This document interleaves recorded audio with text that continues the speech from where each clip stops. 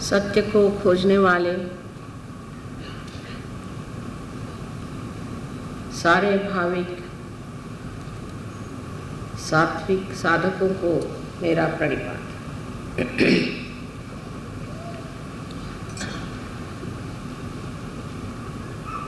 कल आपको मैंने अपने अंदर बसा हुआ जो नाभि चक्र है उसके बारे में बताया था कि ये नाभि चक्र हमारे अंदर सबसे बड़ी शक्ति देता है जिससे हम अपने क्षेम को पाते हैं। जैसे कि कृष्ण ने कहा था योग क्षेम वहाम्यहम्, पहले योग होना चाहिए फिर क्षेम होगा। योग के बगैर क्षेम नहीं हो सकता, और क्योंकि हमने इस देश में पहले योग को खोजा नहीं, इसीलिए हमारा देश क्षेम को प्राप्त नहीं। क्षेम के बारे में मैंने बताया था कि दुनिया में हम लोग सोचते हैं कि जिन देशों में सुबत्ता हो गई और बहुत पैसा हो गया वो लोग हमसे कहीं अधिक सुखी हैं। ये बड़ी गलतफहमी है। अभी मैं एक जगह वारणानगर महाराष्ट्र में वहाँ गई थी। वहाँ एक कोरे साहब हैं, उन्होंने बहुत मेहनत करके उस वारणानगर में सुबत्ता लाई। वहाँ पर जिस तरह से लंदन में बड़े बड़े डिपार्टमेंटल स्टोर्स हैं, इस तरह के स्टोर्स हैं और सब तरह के प्रसाधन वहाँ मिलते हैं। औरतों के लिए वहाँ पर सब शोभा के लिए ब्यूटी एड्स वगैरह सब कुछ है। वहाँ जाने पर लगता है कि जैसे कोई आप किसी विलायत के किसी अच्छे डिस्ट्रिक्ट की जगह पे आ गए। कोरे साहब बेचारे निस्वार्थी, शांतचित्त, धार्मिक और बहुत सरल, शुद्ध और सादी आदमी है। वो मेरे पैर पे गिर के रोने लगे, कहने लगे माँ ये सब मैंने किया लेकिन मैं बड़ा अशांत हो गया। मैंने कहा क्यों, क्या बात है, आपने तो बहुत कुछ पा लिया, यहाँ सबकी सुबत्ता आ गई। कहने मैंने एक बात नहीं जानी थी कि इस सुबत्ता से दुनिया इतनी खराब हो जाएगी। हमारे यहाँ लोग जो हैं इतने आतताई हो गए हैं। यहाँ पर शराब इस कदर ज़्यादा चलने लग गई है। यहाँ पर बच्चे बिल्कुल वाहियात हो गए हैं। यहाँ पर कोई किसी का सुनता नहीं। औरतें भी अपने को पैसे में ही तौलने लग गई हैं। ये सब देख करके मुझे लगता है कि ये मैंने क्या कर दिया। मेरी तो अब कोई सुनेगा नहीं क्योंकि गाड़ी बहुत चल पड़ी। लेकिन माँ आप संत हैं, आप कहेंगे तो आपकी बात ये लोग शायद सुन लें और शायद मुड़ पड़े, क्योंकि ये रास्ता इन्होंने गलत ले लिया। इनके यहाँ डिवोर्सेस होने लगे, इनके बच्चे भाग करके आजकल गांजा वगैरह पीते हैं और बड़ी दुर्दशा। जो कुछ भी हमने किया बहुत विचारों ने किया हुआ है, लेकिन वो कहते हैं कि यहाँ मनुष्य बिल्कुल शांत नहीं और बहुत दुखी जीव हैं। आपस में झगड़े तंटे, किसी भी तरह से व्यवस्था वहाँ पे कुटुंब की नहीं है जिसे आप कह सकते हैं कि ये कुटुंब ठीक है। इसलिए मैंने आपसे कल कहा था कि हमारे अंदर लक्ष्मी का तत्व जागृत होना चाहिए, और लक्ष्मी का तत्व कुंडलिनी से जागृत होता है।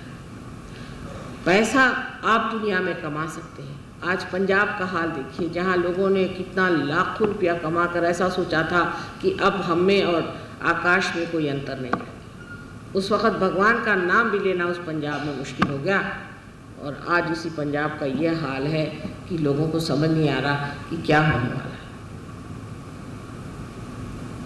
वही हाल हरियाणा का। इतने ज़ोर से ये लोग अपने को बढ़ावा देते चले गए, लेकिन इन्होंने ये नहीं सोचा कि हमारी जड़ कहाँ है।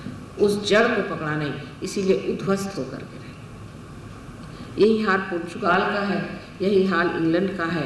हर एक देश में आप जाइए तो लग रहा है धीरे धीरे जैसे इन पर हर तरह की गरीबी, हर तरह की परेशानियां, हर तरह की दुष्टता धीरे धीरे छा रही। अपने शहरों में भी यही हाल होगा। इसकी वजह क्या है? ऐसी कौन सी बात है जिसके कारण मनुष्य खराब हो गया? एक ही वजह सीधी है कि उसके अंदर लक्ष्मी तत्व जागरूक नहीं, उसके अंदर अगर पैसा आ जाए तो पैसा बहुत ही दुखदायी चीज़ है। मेरा पैसा अगर किसी में आ जाए तो उससे बढ़ के दुखदायी चीज़ और कोई नहीं हो सकती। अब अपने मूल की ओर दृष्टि देनी चाहिए। बहुत से लोग हैं जो कि सोचते हैं कि वो पैसे से परमात्मा को भी खरीद सकते हैं और इसलिए वो मंदिरों में जाते हैं, वहाँ बहुत बहुत पैसे दे करके मंदिर बनवाते हैं, गुरुद्वारे बनवाते हैं और दुनिया भर की चीज़ें करते हैं। और बहुत से लोग ऐसा सोचते हैं कि हम किसी गुरु को पैसा दे दें तो उसको हम खरीद सकते हैं। आप परमात्मा को नहीं खरीद सकते। आप सब दुनिया खरीद सकते हैं, परमात्मा को आप नहीं खरीद सकते। और इसीलिए इस पैसे में ये शक्ति नहीं है कि आप अपनी शांति को प्राप्त करें। इसमें यह शक्ति नहीं है कि इससे आपको अपना आनंद मिले। इसमें यह शक्ति नहीं है कि आपका चित्त उस ऊंचे स्तर पे जाए। आप बिल्कुल नीचे गिरते गिरते ऐसी दशा में पहुंच जाएंगे कि आपको स्वयं आश्चर्य होगा कि हम इतनी ऊंचे हस्ती से कहाँ आकर गिर गए। इसलिए हमारे अंदर कुंडलिनी का जागरण बहुत आवश्यक है। ये जब जागरण नाभि चक्र से और तरफ फैलता है चारों तरफ, तो मैंने आपसे कहा था कि यहाँ गुरु का तत्व है जो आपको संतुलन देता है। अभी आपने जो गाना सुना ये स्वयं पार हो गए, साक्षात्कार हो गए। इसलिए इनमें बहुत ही फर्क आ गया है गाने में। और वो गाना जो है वो आडोलित करता है आत्मा की तार, क्योंकि भारत का जो संगीत है ये भी ओम से बना। हमारे साथ बहुत से विदेशी लोग रहते हैं हर समय और हमेशा अपनी इंडियन क्लासिकल म्यूज़िक को बिल्कुल बेसुध होकर सुनते हैं। ऐसे राग जो कि श्री और मारवा, ऐसे राग जो हम लोगों ने सुने भी नहीं, जो हम सुनते भी नहीं। हम लोग तो आजकल इतने सस्ते गाने सुनने लगे हैं, सब मामले में हम लोग इतने चीप हो गए। हमारे तौर तरीके, रहन सहन के तरीके, बातचीत के तरीके, हमारे खान पीन के तरीके, सब चीज़ इतनी बिल्कुल ओछी हो गई है कि हम जानते नहीं कि हमारा संगीत कितना है। इस संगीत में सारा ओम है। लेकिन आजकल के संगीतकार भी शराब पीते हैं, हर तरह के व्यसन में घुले हुए हैं, पैसा कमाने के लिए म्यूज़िक गाते हैं, ना ही कभी उन्होंने परमात्मा को जाना, नहीं उधर उनकी रुचि। फिर ऐसे संगीतकार क्या दे सकते हैं? इस संगीत को जानने के लिए भी आपको चाहिए कि आप अपने आत्मा को प्राप्त करें, नहीं तो इसको गहराई में आप नहीं जान सकते। अब इतने फॉरेन के लोग हैं हमारे साथ में, हर जगह क्लासिकल म्यूज़िक का प्रोग्राम होता है और एक तान सुनते हैं। उनसे पूछे कि भाई तुमने क्या सुना, वो कुछ उस पर कोई भी तरह का वाद विवाद नहीं करते। वो कहते कि ये जो है ये आत्मा का संगीत है, इससे हमारे हाथ के वाइब्रेशंस बढ़ते हैं और परम शांति हमें मिलती है। लेकिन हमारे लोगों के सामने तो आजकल क्लासिकल म्यूज़िक गाना बने जैसे घबरा करके इंसान गाए कि नहीं गाए और पता नहीं लोग लट्ठा मारने आ जाते। बहुत सस्ते तरह का म्यूज़िक, गज़लें और इस तरह का संगीत आजकल हमारे यहाँ प्रचलित हो गया, जिसमें कि किसी भी तरह की परमात्मा की बू तक ना। इतना गंदा म्यूज़िक आजकल हमारे यहाँ चलने लग गया है। न जाने कैसे आजकल हिंदुस्तान में लोगों ने ये सब चीज़ मान ली। पहले कुछ गंदे राजे महाराजे या नवाब लोग ऐसे गाने बैठ के सुनते थे। डेमोक्रेसी का मतलब ये हो गया कि हर आदमी वैसा ही गंदा महाराजा बन गया या गंदा ये नवाब बन गया। डेमोक्रेसी का मतलब यही हो गया है कि जितनी गंदगी इन सब दुष्ट लोगों में थी, जिनके पास सत्ता या थोड़ा सा पैसा था, वही हमारे अंदर भी आ जाए। ये सबसे बड़ी डेमोक्रेसी, मैं तो इसे डेमोनाक्रेसी कहती हूँ, जिससे हर एक आदमी डेमन होने पे लगा हुआ है। इस डेमोक्रेसी से किस आदमी में आपने पाया है कि वो उठ करके कोई विशेष, कोई आदर्श, कोई ऐसा इंसान जो ठोस खड़ा होकर कहे कि कोई मुझे छू नहीं सकता, कोई मुझे खरीद नहीं सकता। इस देश में जितना भी राजकारण है, जब तक वो धर्म पे नहीं होगा तब तक यहाँ के राजकारणी लोग आएंगे, मिटेंगे, लोग थूकेंगे उन पर, लेकिन इनका राजकारण चलने नहीं। धर्म तक जब तक अपना नहीं हो सकता है, क्योंकि यह देश हमारा भारतवर्ष धर्म पे खड़ा है। जब तक धर्म पे हम राजकारण करना सीखेंगे नहीं, रामचंद्र जी का जब तक हम राजकारण लाएंगे नहीं, सॉक्रेटिस का राजकारण हम जब तक लाएंगे नहीं, तब तक ये देश कभी भी आगे बढ़ नहीं सकता। ये देश की भूमि और है, इसकी ज़मीन और है, ये समझना चाहिए।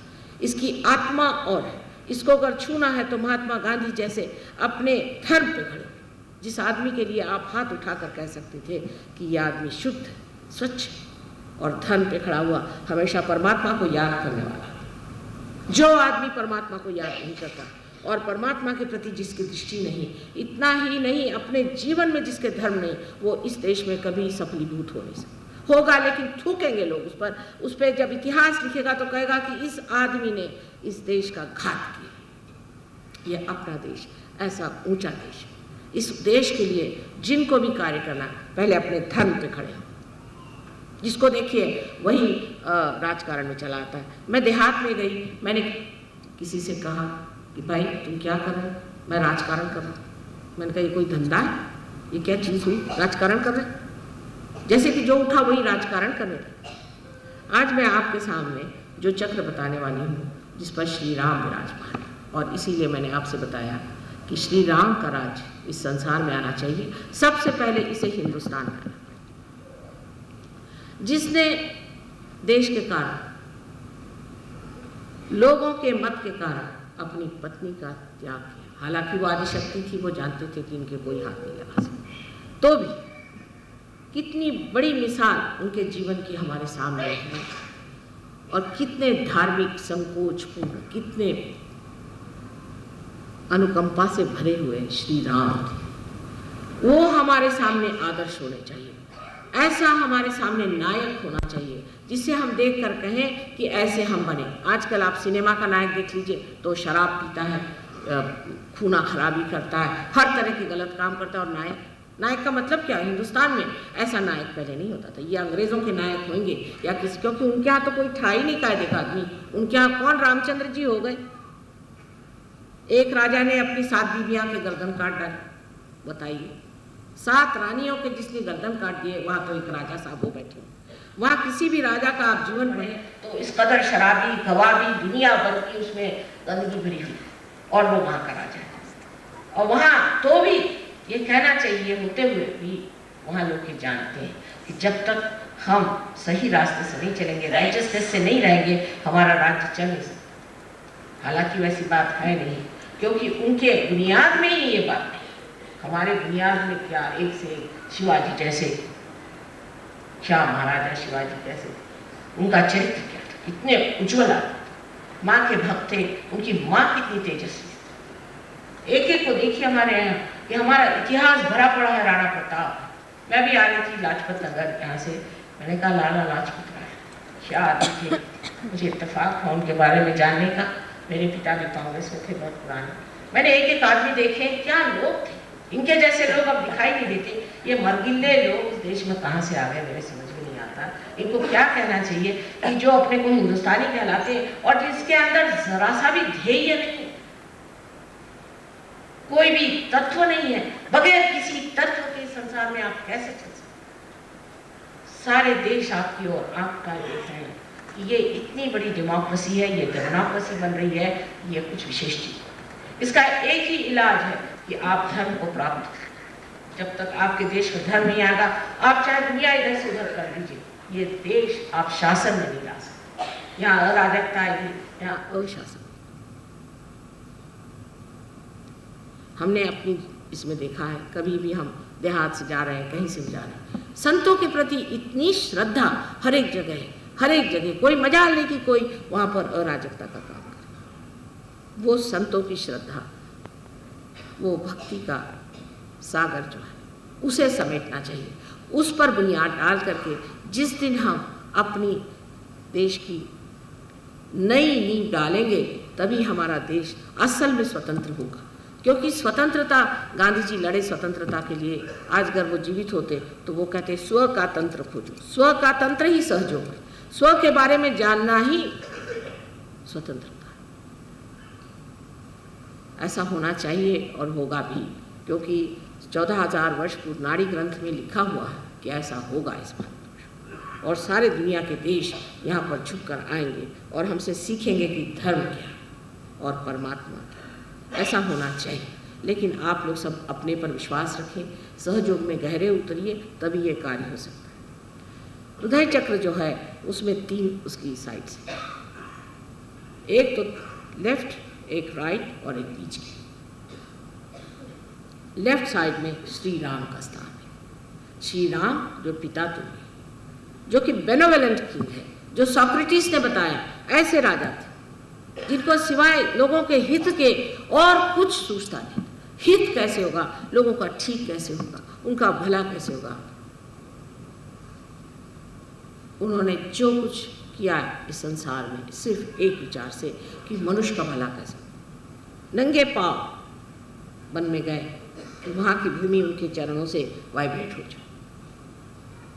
सारा नाटक खेला, दुखदाई नाटक था। शरीर तो उनका था ही जो सहन करता था, लेकिन ये सारा नाटक उन्होंने खेला सिर्फ ये दिखाने के लिए कि एक आदर्श राजा कैसा होना चाहिए, एक आदर्श पिता कैसे होना चाहिए, एक आदर्श पुत्र कैसे होना चाहिए। ये आपका राइट हार्ट है। अगर कोई भी इंसान का राइट हार्ट पकड़ता है, माने ये कि किसी भी इंसान में कोई पिता का दोष हो, समझ लीजिए उसके पिता की मृत्यु जल्दी हो गई, उसने पिता का सुख न देखा हो, या अगर उनका अपने पिता से संबंध ठीक न हो, या पिता अगर गलत रास्ते पे चलता हो, या वो पिता से दुश्मनी लिए हुए है, कोई सा भी पिता का जो तत्व है अगर खराब हो जाए तो ऐसे आदमी का राइट हार्ट पकड़ता है, ऐसे आदमी को आस्थमा होने का अंदेशा। अब देखिए कहाँ से बात कहाँ ला रही। इस वक्त आपको श्री राम का ध्यान करना चाहिए जब आपको अस्थमा, इससे आपका अस्थमा ठीक हो सकता है। अब आपके लेफ्ट हैंड साइड में जो हार्ट का चक्र का दोष होता है वो आपकी माँ की वजह से आता है। अगर आपकी माँ परमात्मा में विश्वास नहीं करती है, आपको गलत रास्ते पे ले जाती है, या ज़रूरत से ज़्यादा आपको प्यार करके आपको खराब करती है, तो वो भी माँ बड़ी दोषी है। यूंग ने अपने एक एक्सपेरिमेंट में ऐसा देखा कि एक इंसान आकर के उसे बार बार बताता कि मेरी माँ का मुझे स्वप्न आता है कि वो एक विच है, एक राक्षसी है, बार बार ऐसे मुझे स्वप्न आता। तो उसका उन्होंने लड़के से पूछा कि भाई तुम्हारा माँ का तुम्हारे साथ व्यवहार कैसा है। तो उन्होंने कहा भाई मेरी माँ तो ऐसी है कि मुझको इतना पैम्पर करती है, इस कदर उसने मुझे स्पॉइल करके रखा है कि मैं किसी काम का नहीं। उनका ठीक है, इसका मतलब है तुम्हारी माँ जो विच है, जो तुम्हारी माँ राक्षसीन है, इसका स्वप्न तुम्हारे अचेतन से, अनकॉन्शियस से आ रहा है और तुमको बता रहा है कि संभल के रहो। एक आदमी बताता था कि मुझे अपने बेटे के बारे में ऐसा हमेशा सपना आता है कि वो सिंहासन पे बैठा है और उसके सामने मैं हमेशा नतमस्तक हूँ। यूंग ने पूछा कि तुम्हारा अपने लड़के से कैसा रिश्ता है। कहने मैंने दूसरी शादी कर ली, मैं उस लड़के की परवाह नहीं करता हूँ, उसको वो तो घर के नौकर जैसा ही है, किसी काम का नहीं, और मुझे ऐसा सपना आता। अचेतन उसे बता रहा था कि तुम्हारा लड़का जो है वो सिंहासन में बैठने लायक है और तुम उसके नीचे खड़े हुए हो, उसको नतमस्तक तुम्हें रहना चाहिए, बजाय इसके कि उसका तुम छल करो और उसे तुम किसी तरह से इस तरह से व्यवहार करो जिससे वो नगण्य हो जाए। यही बात है कि माँ और बाप का बहुत बड़ा देना बच्चों को होता है। एक तो अपने देश में माँ बाप का इस कदर अपने बच्चों के प्रति स्वार्थ होता है, इतना ज़्यादा स्वार्थ होता है कि आश्चर्य। इसी देश में पन्नाधाई जैसी औरतें हो गई, इसी देश में ऐसे लोग हो गए जिन्होंने अपने बच्चे देश के लिए कुर्बान कर दिए। हम खुद अपने बाप की बात कह सकते हैं कि जो हम लोगों को कुर्बान करने में एक क्षण भी न ठहरते और उसमें बड़ा अपने को गर्व समझते। और ऐसे हमने अनेक उनके मित्रों को देखा और अनेक लोगों को देखा उस उम्र के, जो अपने बच्चों से कहते हैं कि कुर्बान हो जाओ देश के। वो गया एक तरफ भगत सिंह का ज़माना, और आज ये आया है कि मेरा बेटा, मेरी बेटी, मेरा मेरा मेरा। यहाँ पर भी जो बता रहे थे बात सही है कि आकर के मेरा बाप ऐसा, मेरी माँ ऐसी, मेरा बेटा ऐसा, मेरा ये ऐसा। दूसरा एक्सट्रीम है इंग्लैंड में, जो मैंने आपसे कल बताया कि अपने बच्चों को ही मार डालते, काम सफल। ये दो एक्सट्रीम के बीच में मनुष्य को रहना चाहिए। अपने बच्चों के प्रति भी आपका बड़ा भारी परम कर्तव्य है कि उनको खराब न करें। उनको ये नहीं लगना चाहिए कि हमारे माँ बाप हमारे आदर्शों से छोड़ दें। लड़के हैं सिगरेट पीते हैं बचपन से, उनको बुरी आदतें लगती हैं, इसका कारण उनके माँ बाप और कोई नहीं। अगर लड़के बिगड़ते हैं तो माँ बाप उसके कारण। माँ बाप अगर उनके साथ रहें, उनके साथ घूमें फिरें, उनसे दोस्ती करें, उनसे इज्जत से पेश आए, तो बच्चे नहीं बिगड़ सकते। अब ये दोनों चक्र जो हमारे अंदर हैं, और माँ के दोष से अनेक रोग आ सकते हैं। माँ के दोष से ऐसे ऐसे रोग आते हैं कि जिसका निवारण करते करते हम पगला जाते हैं। खासकर टीबी की बीमारी जो है ये माँ से आती है। किसी को अगर टीबी की बीमारी है तो जिसकी माँ बचपन में मर गई हो, या माँ का प्यार जिससे न मिला हो, जिस आदमी ने माँ को जाना नहीं, उसे टीबी की बीमारी हो जाती है। आप सोचिए इस देश में, इस महान देश में जहाँ की माँ की लोग पूजा करते हैं, वहाँ कितने लोगों को टीबी हो जाती है। इसका मतलब यह है कि माँ जो है बच्चों को खराब कर रही है, माँ उनको दोष लगा रही है, माँ उनसे बुरी तरह से पेश आ रही है। इसका ये नहीं मतलब कि आप बच्चों को हर समय डांटते रहें, फटकारते रहें, लेकिन एक अपनी प्रतिष्ठा के साथ अपने बच्चों के सामने ऐसा एक उदाहरण रखना चाहिए कि बच्चे देखें कि ये देखिए ये हमारी माँ है, इनका बर्ताव कैसे है और हमारा बर्ताव कैसे। आप ही उनके सामने अगर बहुत चीप तरीके से रहे, रात दिन अपने श्रृंगार में लगी रहें, या पति से हर समय लड़ती रहें, तो वो बच्चा भी आपकी क्या इज्जत करे। स्त्री में जब तक वो बात नहीं आएगी तब तक वो बच्चे में कैसे। वही बात पिता की। अगर पिता स्वयं शराब पीता है, आवारा है, घूमता है, घर में नहीं बैठता है, बच्चों से मिलता जुलता नहीं है, बीवी को बातें सुनाता है, ऐसों के बच्चे कैसे हों? क्या बड़े अच्छे हो सकते हैं? वो जगह है जहाँ यान्नवे भाजने लग्न संस्कार रहा, जो छोटे छोटे उम्र में जो संस्कार हमारे ऊपर लगते हैं वो ऐसे ही होते हैं जैसे कि जिस घड़े के कच्चे रहते वक्त जो उस पर दाग पड़ जाए, उसी प्रकार वो पक्के हो जाए। उस वक़्त इतना संभालना ज़रूरी है, इतना उनको प्रेम देना ज़रूरी है कि जिससे उनकी जो वृद्धि है वो कायदे से हो जाए। पर ऐसा होता नहीं, ज़्यादातर ऐसा होता नहीं। हम या तो उनको ज़्यादा ही पानी देते हैं और नहीं ही देते हैं। बीचों बीच खड़े रह करके देखना चाहिए कि हमारे बच्चे किस रास्ते पे चल रहे हैं। फिर ये कहना कि समाज ऐसा बना हुआ है, माँ क्या करे, लड़के खराब हो ही जाते, कैसे?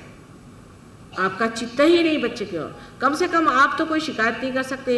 इंग्लैंड अमेरिका में तो लड़कों को डोल मिल जाता है, 18 साल में तो बेकार जाते हैं, पर आप लोग तो ज़िंदगी भर उन बच्चों को पालते हैं। फिर भी क्या हुआ, थोड़ा सा शराबी तो पीता है ना, सिगरेट पीता है तो आजकल सभी पीते हैं, उसको गंदी आदतें, थोड़ी बहुत औरतों के पीछे भागता है, कोई हर्ज नहीं। इस तरह से अगर आप अपने बच्चों के प्रति अपना रुझान रखें, ये तो इसको मैं कहती हूँ कि आप उनके दुश्मन हो गए। क्योंकि जो आपका कर्तव्य है उससे अगर आप च्युत हो गए तो आपने उनको तो ऐसे ही गड्ढे में ढकेल दिए। यहाँ तक मैंने सुना है कुछ लोग जो अपने को बहुत अंग्रेज समझते हैं कि साहब मैं तो अपने बेटे के साथ बैठकर शराब पीता। क्या कहने आप? इस प्रकार की जिनकी मनोवृत्ति है, ऐसे लोग न जाने क्यों माँ बाप हो जाते हैं, और होने पर भी उन बच्चों को रात दिन खराब किए जाते। नहीं तो इतना बच्चों के साथ कड़ा ये होता है कि बच्चे घर से भाग खड़े हो जाते हैं, सोचते हैं हमारे माँ बाप को हमारे प्रति कोई प्रेम ही नहीं, उनको कोई दुलार ही नहीं। इसलिए मैं कहती हूँ कि आप सहयोग में अपने बच्चों को ले आए। पार होने के बाद फिर हम देख लेंगे, उसके बाद बात और हो जाती। पर पहले आप पार होइए। अगर माँ बाप ही की अकल खराब हो तो बच्चों को पार करा के भी क्या फायदा। वो तो गलत रास्ते अपने जो है आप बच्चों को सिखाएंगे और हम उनको सही रास्ते सिखाएंगे तो कहेंगे हमारे बाप तो एक बात कहते हैं और माता जी दूसरी बात कहते हैं। हमारी लड़की है वो रियलाइज हो रहा है, तो एक दिन कहती है कि नानी एक बात बताइए कि जो शेर होता है इसने पूर्व जन्म में कुछ खराब काम किया हो। मैंने कहा क्यों? क्योंकि उसके माँ बाप कहते हैं कि तुम इंसान को खाओ और उसको भगवान कहता मत खाओ, तो वो क्या करे। देखिए उसके सामने ये प्रश्न खड़ा हो गया कि इसने पूर्व जन्म में कुछ बुरे कर्म करे होंगे, नहीं तो ये ऐसे माँ बाप से क्यों पैदा हुआ कि जो कहते हैं कि इंसान को खा। यही प्रश्न हमारे दिमाग में आना चाहिए कि आखिर ऐसा कौन सा हमने पूर्व जन्म में कर्म किया है कि जिसके कारण हम अपने बच्चों को ठीक रास्ते पर नहीं लगा सकते। ये दोनों चक्र ठीक हो जाने से आपकी माँ और बाप, ये दोनों स्थितियाँ जो है ठीक हो जाती हैं। आप अगर बाप हैं तो आप बाप की दृष्टि से ठीक हो जाते हैं, अगर आप पुत्र हैं तो आप पुत्र की दृष्टि से ठीक हो जाते हैं, अगर आप माँ हैं तो आप माँ की दृष्टि से ठीक हो जाते हैं, और आप अगर माँ की बेटी है या पुत्र है तो उस तरह से ठीक हो जाए। ये दोनों चक्र ठीक हो जाने से ही अपने देश के जो नवयुवक हैं ये संभलेंगे। आप जानते हैं कि हज़ारों लोग परदेश में हमारे शिष्य, इनके माँ बाप तो पागल ही लोग हैं अधिक। वो लोग शराब पीना, रात भर बाहर रहना, वहाँ की औरतें 4-4 बार शादियाँ करती हैं, आदमी 6-6 बार शादियाँ करती हैं और सब अनाथालय में बुढ़ापा काटती हैं। ऐसे बेचारों ने कौन से कुकर्म किए होंगे कि ऐसे उनको माँ बाप मिले। पर ये लोग जब सहयोग में आ गए तब ये अब समझ गए कि अब हमारी शादियाँ हो गई सहयोगियों में, अब हमारे यहाँ बड़े बड़े ऋषि मुनि पैदा हो रहे हैं और इनके लिए हमें कैसे बर्ताव करना चाहिए। उन्होंने एक नई धारा बना ली है कि इनके सामने किस तरह से रहना चाहिए। तो जो भी कार्य अब सहयोग में हो रहा है उसमें सबसे बड़ी चीज़ जो ध्यान में रखने की है कि हमारी आत्मा क्या बोलती है। और आत्मा शब्दों से बोलती नहीं है, वो ये चैतन्य लहरियों से बोलती है और उसी से जाना जाता है कि हम कहाँ चल रहे हैं।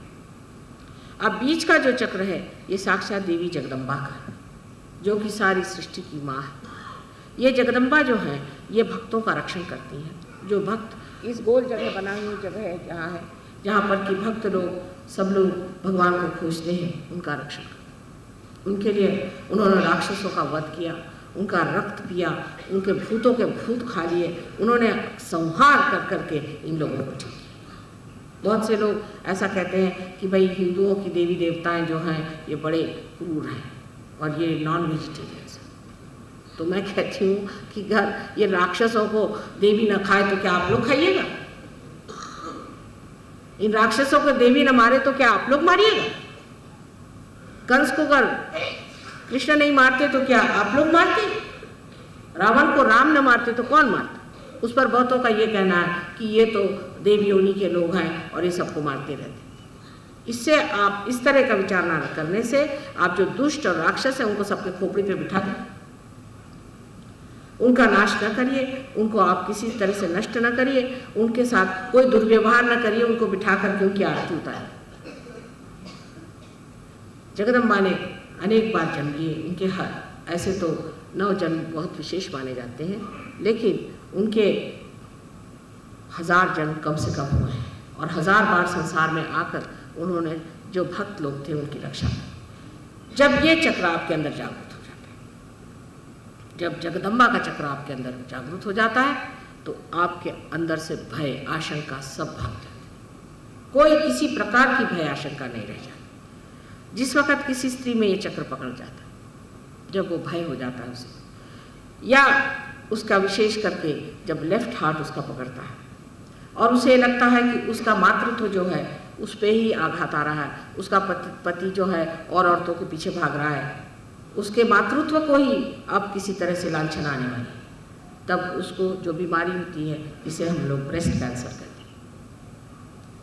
ये इन 2 चक्रों की वजह से औरतों में होती है, विशेष करके लेफ्ट चक्र की वजह से। जबकि माँ का मातृत्व जो है वो आदमी सोचता है कि हमें क्या करना है, हमारी बीबी है तो क्या, बच्चे हैं तो क्या, हम जैसे चाहेंगे, हमें स्वतंत्रता, हम जैसे चाहेंगे। ऐसे पतियों के परेशानी की वजह से औरतों को ब्रेस्ट कैंसर हो जाता है। इंग्लैंड अमेरिका में भी लोग कहते हैं इसमें क्या है, ये सब कुछ ठीक नहीं, एक ही पत्नी क्यों होना चाहिए, और औरतें भी कहती हैं एक ही पति क्यों होना चाहिए। पर वहाँ फिर औरतों को ब्रेस्ट कैंसर क्यों हो जाता है और आदमियों को परेशानियाँ क्यों हो जाती? अगर ये चीज़ कुछ अच्छी होती तो उससे मनुष्य के नैसर्गिक चीज़ होती तो मनुष्य उससे सुखी होता। पर आपने कभी देखा है जिस आदमी ने अपनी पत्नी को छोड़ा है और दूसरे आदमी के साथ स्वैराचार कर रहा है वो सुखी? तो इस वजह से हमारी जो विवाह संस्था है उसका बड़ा मान करना चाहिए और ये समझ लेना चाहिए कि अपनी पत्नी जो है ये घर की गृह लक्ष्मी, इसका अपमान करने से, इसको दुख देने से, इसको तकलीफ देने से हम अपनी घर की गृह लक्ष्मी को सता रहे हैं।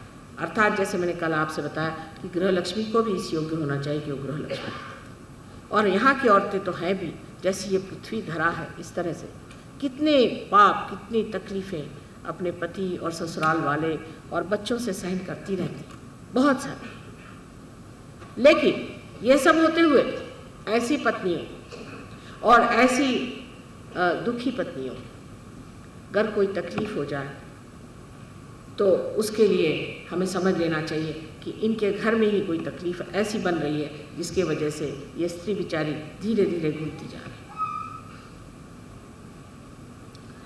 अब जो जगदम्बा का चक्र है उसकी वजह से जब पकड़ जाता है तो मनुष्य जो है वो मिंधा हो जाता है, डरपोक हो जाता है, उसको भय सा रहता है, वो हर समय डरता है कैसे भाषण दें, क्या बोलें, किससे क्या कहें, मुझे तो डर लगता है, मैं नहीं कह सकता। और जब उसका ये चक्र ठीक हो जाता है तब उसके अंदर धैर्य आ जाता है, वो उद्दाम नहीं होता, वो उद्धट नहीं होता, वो किसी तरह से अरोगंस नहीं करता, लेकिन उसकी भाषा में एक तरह की ममता उस माँ की जो उसके अंदर जागृत हो गई है, लेकिन वो किसी से डरता भी नहीं। ईसा मसीह का उदाहरण आप देख लीजिए कि जिन्होंने सूली पर चढ़ के ये कहा कि प्रभु ये लोग जानते नहीं क्या करें, इनको माफ़ कर दे, वही हाथ में हंटर ले करके उन्होंने सबको मारा था जो वहाँ पर चीज़ें बेच रहे थे। और जिस पर मारी मगदलिनी एक वेश्या थी, वेश्या का और एक संतों का क्या संबंध, कुछ हो ही नहीं सकता। जब लोग उसको पत्थर उठाकर मारने लगे तो उनके सामने जाकर के छाती खोल के खड़े हो गए और कहा कि तुम में से जिसने कोई पाप नहीं किया हो वो मुझे पत्थर मारे। ये हिम्मत, ये अपने पर विश्वास, ये देवी की कृपा से, माँ की कृपा से होता है। इसलिए हमारे यहाँ शक्ति को बहुत बड़ा मानते हैं, लेकिन हम लोग खुद ही अपने को शक्तिहीन कर लेते हैं। कितने लोग संसार में हैं जो ये समझते हैं कि माँ का स्थान बहुत ऊंची चीज़ है। श्री गणेश के ऊंचे स्थान पर इसलिए है क्योंकि वो अपनी माँ को ही मानते हैं और किसी को मानते नहीं, क्योंकि वो जानते हैं कि माँ ही शक्ति है। गुरु दुनिया भर के जो भी सही भी गुरु हो गए वो भी माँ को मानते हैं, वेद हैं वो भी मानते हैं। दुनिया में कोई भी ऐसा शास्त्र नहीं जो आदि माँ को न मानता। और हम भी माँ को मानते हैं, लेकिन हम ये नहीं जानते कि माँ चीज़ कितनी ऊंची है। कभी कभी ये भी होता है कि मनुष्य के अंदर आशंका और भय इस वजह से आता है कि उसको उसके माँ बाप से वो प्यार, वो संरक्षण हो सकता है उसे किसी और भी वजह से भय आ जाए, उसकी कोई सी भी वजह हो जाए, उसमें जाने की ज़रूरत नहीं। हम लोग साइकोलॉजिस्ट जैसे ये नहीं पूछते बैठते कि भाई तुम्हारे बाप कैसे, तुम्हारी माँ कैसी, तुम्हारा क्या है। ज़्यादा से ज़्यादा ये पूछेंगे कि तुम्हारे माँ बाप जिंदा हैं या नहीं। लेकिन जैसे ही वो जागृत हो जाता है, जैसे ही ये चक्र जागृत हो जाता है, मनुष्य एकदम शेर दिल हो जाता है, शेर दिल हो जाता है, क्योंकि देवी जी शेर पे ही विराजती है। बहुत से लोग दुर्गा जी को मानते हैं, मैं मानती हूँ कि उनके प्रति बहुतों को भी श्रद्धा है और उनके बारे में जानकारी बहुत कम है, बहुत कम जानकारी है कि वो कितनी प्रभावशाली हैं। और एक बार अगर उनको प्रसन्न कर लीजिए तो दुनिया में किसी से डरने की बात नहीं। इसके बाद जो चक्र इससे ऊपर है, जिसे कि विशुद्धि चक्र कहते हैं, ये बहुत महत्वपूर्ण चक्र है। ये चक्र श्री कृष्ण का है और अब होली आ रही है कल ही। श्री कृष्ण के चक्र पे जितना कहे सो कम। इस चक्र में 16 कलियाँ हैं। 16 कलियाँ हैं क्योंकि 16 उनकी कला है श्री कृष्ण, और उनकी जो 16,000 बीबियाँ थीं वो उनकी सारी शक्तियाँ थीं, जिनको कि उन्होंने इस संसार में जन्म दे करके उस राजा के यहाँ फंसाया और उसके बाद उनसे विवाह कर लिया। कृष्ण की लीला समझने के लिए भी सहयोग करना पड़ेगा, उसके बगैर आप कृष्ण को नहीं समझ सकते। उनके होली का अर्थ भी आप नहीं समझ सकते। होली क्या था? होली में यही था कि जो पानी जमुना जी में बहता था उसमें श्री राधा के पैर पड़ने से वो चैतन्यमय हो जाता। उस पानी को घघरी में ले करके उसमें लाल रंग घोल करके और जब वो किसी के पीठ पर छोड़ते थे तो वो असल में उनकी कुंडलिनी ही जागृत करती। उन्होंने जो बचपन में जो कुछ उनकी लीलाएं की सब में सहयोग किया। उस वक़्त कोई ऐसे हॉल नहीं बने हुए थे, ऐसे परमात्मा को खोजने वाले लोग नहीं थे, कोई इस तरह की व्यवस्था थी, ऐसे यंत्र नहीं थे। ये तो सब अब देन हो गई है अपने साइंस की, जिसको हम इस्तेमाल कर सकते हैं। उस वक़्त उन्होंने जो लीलाएं करी वो सब लीला सिर्फ सहयोग की। जैसे कि गोपियाँ थी, वो जब पानी भरने जाती थी तो अपने सर पे घघरी रख के जब वो लौटती थी तो पीछे से उनको कंकड़ मारती थी। उससे वो जो पानी था जो चैतन्य में उनके पीठ की रीढ़ की हड्डी पर दौड़े, जिससे इनमें जागृति हो। रास माने रा माने शक्ति और स माने सहित। जैसे सहज है वैसे हाथ में सबके हाथ पकड़ करके और अपनी शक्ति सब में वो दौड़ा, और इसी को वो रास कहते। ये रास लीला जो होती थी उसी से वो शक्ति दौड़ा करके और लोगों को जागृत करती थी। मैं जब अमेरिका में पहली मर्तबा गई तो वहाँ पर एक इंजीनियर लॉर्ड साहब मिले। उन्होंने कभी भी उन दिनों में, मैं तो गई भी थी 73 में, उन दिनों में उन्होंने कोई कृष्ण के बारे में सुना नहीं था, और ओहायो में बिल्कुल बीचों बीच अमेरिका के रहते थे, उनको कुछ मालूमात नहीं थी। लेकिन जब उनको रियलाइजेशन हुआ तो मुझे कहने लगे कि माँ मैंने एक अजीब सी चीज़ देखी रियलाइजेशन के वक्त। मैंने कहा क्या देखा? कहने लगे मैंने देखा कि बहुत से हम लोग बच्चे खेल रहे हैं और एक बड़ा प्रदीप लड़का है जिसका रंग थोड़ा सांवला है लेकिन बड़ा प्रदीप्त है, और वो हम लोग का पिरामिड बनाकर हमारे ऊपर चढ़ गया, और ऊपर में एक लकड़ी, एक मिट्टी का घड़ा रखा हुआ था, पॉट रखा हुआ था, उसको उसने अपने हाथ की एक लकड़ी से तोड़ा और वो हमारे सबके ऊपर धर धर धर देखिए बहने लगते, और बहने लगते ही हमारे अंदर एकदम चैतन्य आने लगा। उसने जो बात बताई तो मुझे बड़ा आश्चर्य हुआ कि इसने कैसे जाना। उसने कभी जाना नहीं था कि गोपाल काला क्या होता है, और ये जाकर के ऊपर क्यों तोड़ते थे। यही उनकी लीला थी जिससे वो सबके सहस्त्रार पर चढ़ के और वहाँ से वो पानी तोड़ते थे, जिससे सबके ऊपर धर धर धर धर पानी नीचे आ जाए, जिससे लोग जागृत हो जाए। उनकी सारी लीलाएं जितनी थी सब सहयोग की थी, और उन्होंने जो कृषि की है इसीलिए उनको कृष्ण कहा जाता है। उन्होंने जो कृषि की है वही आज बढ़ करके आप लोगों के रूप में मेरे सामने आज वो तैयार चीज़ आई हुई है, जिसको कि उसके फल का देना मेरे लिए बाध्य है, मुझे देना ही होगा। ऐसे कृष्ण के बारे में क्या कहें और कितनी बातें बताएं। गीता जिसके बारे में लोग हजारों बातें करते हैं, समझने के लिए भी आपको सहयोग में आना चाहिए, उसके बगैर आप गीता भी नहीं समझ सकते। सिर्फ गीता पढ़ पढ़ के कुछ गीता समझ में नहीं है। गीता जो जिसने सुनाई है वो कौन थे पहले उनके बारे में जान लेना चाहिए। बड़े होशियार थे, होशियारी नहीं थे वो उस वक़्त के राजदूत से, और डिप्लोमेसी का बिल्कुल जो अर्थ है, इसेंस है, उसको जानते। अब डिप्लोमेसी का क्या इसेंस है कि कोई ऐसी एब्सर्ड बात करो कि जिसके करने से आदमी मुंह के बल गिरे। कृष्ण का खेल जो है उसको समझने के लिए पहले आपको सहयोग में उतरना चाहिए। अच्छा, मैं समझाने की कोशिश करती हूँ लेकिन आप समझने की कोशिश करें। जैसे कि उन्होंने शुरू में ही बता दिया, क्योंकि दुकानदार तो थे नहीं कि पहले बुरी चीज़ दिखाओ फिर धीरे धीरे अच्छी चीज़ दिखाओ, तो उन्होंने पहले ही बढ़िया चीज़ दिखा दी। उन्होंने कहा कि आपको ज्ञान होना चाहिए। ज्ञान माने बुद्धि से नहीं, बुद्धि से नहीं, ज्ञान माने आपके सेंट्रल नर्वस सिस्टम में आपने जानना चाहिए, आपको प्रचिति होनी चाहिए कि परम क्या है, जिससे आप स्थित प्रज्ञ होगी। साफ साफ उन्होंने दूसरे ही चैप्टर में कह दिया, व्याख्या दे दी कि सहयोगी कैसा होना चाहिए। पर उसके बाद उन्होंने देखा कि अर्जुन तो जो है वो अपनी लगा रहे थे। उनका कि इधर तो तुम कह रहे हो कि तुम साक्षी बनो, इधर तुम कह रहे हो कि तुम ज्ञानी बनो, और उधर तुम कह रहे हो कि तुम युद्ध में मत जाओ, तो ये कैसे हो सकता। अब वो जान गए कि ये सीधे नहीं आने वाले सब। अर्जुन जो है उस वक्त का एक भक्त है, समझ लीजिए, उसको वो उसका प्रतिनिधित्व करता है, रिप्रेजेंट करता है। अर्जुन ने उनसे पूछा कि ये कैसे हो सकता कि अगर मैं साक्षी हो जाऊं तो फिर तो मैं लड़ूंगा ही नहीं, वैसे भी मैं कुछ नहीं करूंगा, मैं तो बिल्कुल बेकार जाऊंगा, ये सब बातें क्या है। सो कृष्ण ने कहा अब इनको सीधी तरीके से समझाने से नहीं होगा, उल्टी तरीके से समझाना। तो पहली चीज उन्होंने जो बताई वो बताई बहुत मजेदार तरीके से, कर्म कि बेटे तुम कर्म करते रहो और सब कर्म परमात्मा के चरण में डालो। हो ही नहीं सकता, एब्सर्ड। बहुत से लोग आके कहते हैं माता जी हम जो भी कर्म करते हैं वो हम परमात्मा के चरण में डालते हैं। मैंने कहा अच्छा ये कैसे, फिर आप कर्म ही नहीं करते। अगर आप परमात्मा के चरण में डालते तो आप ऐसा क्यों कहते हैं कि मैं जो कर्म करता हूं।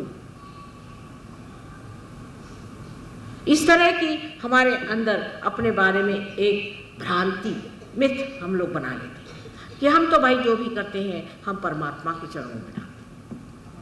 लेकिन कुछ ऐसे सियाने लोग हैं जो आके कहते हैं माँ हम तो सोचते थे कि मैं परमात्मा के चरणों में डालता हूँ पर होता नहीं, कोई ना कोई गड़बड़ बात। सो कृष्ण ने क्या कहा, उन्होंने जो बताया एक एब्सर्ड बात बता दी कि आप ऐसा करते रहिए। माने जैसे आप समझ लीजिए कि एक लड़का है, वो बैलगाड़ी हाँक रहा है और घोड़ा पीछे रखा है, तो बाप आया बाहर, उसने कहा बेटे क्या कर रहे हो? कर ले, मैं तो गाड़ी हाँक रहा हूँ। उनका भाई घोड़ा सामने करो तब गाड़ी हाँकेंगे। नहीं, कहा मैं तो गाड़ी हाँकूँ। उनका अच्छा, हाँकते रहो, घोड़े पे चित्त रखना। जब तक तुम घोड़े पे चित्त रखोगे तो पर गाड़ी चलेगी, और गाड़ी चलेगी। लेकिन माँ का ये बात नहीं, माँ ने कहा बेटे वो घोड़ा सामने रखो और बांधो, नहीं तो घोड़ी नहीं चलने वाली, और ना ही घोड़ी चलेगी और ना ही तुम्हारी गाड़ी चलने वाली। तुम जब तक ये नहीं करोगे तब तक हो नहीं सकता। पहले आत्मा को प्राप्त करो, फिर आगे की बात। जब आप पार हो जाते हैं तो आप क्या कहते हैं? आ रहा है, जा रहा है, हो रहा है। आप ये नहीं कहते कि मैं आ रहा हूँ, मेरे अंदर से आ रहा है, मैं हूँ, मैं कर रहा हूँ। ऐसे तो कोई नहीं कहता। कोई अब आपने सहयोग को देखा होगा, माँ इनका नहीं बन रहा, इसका नहीं जमता है, ये जमने नहीं वाला।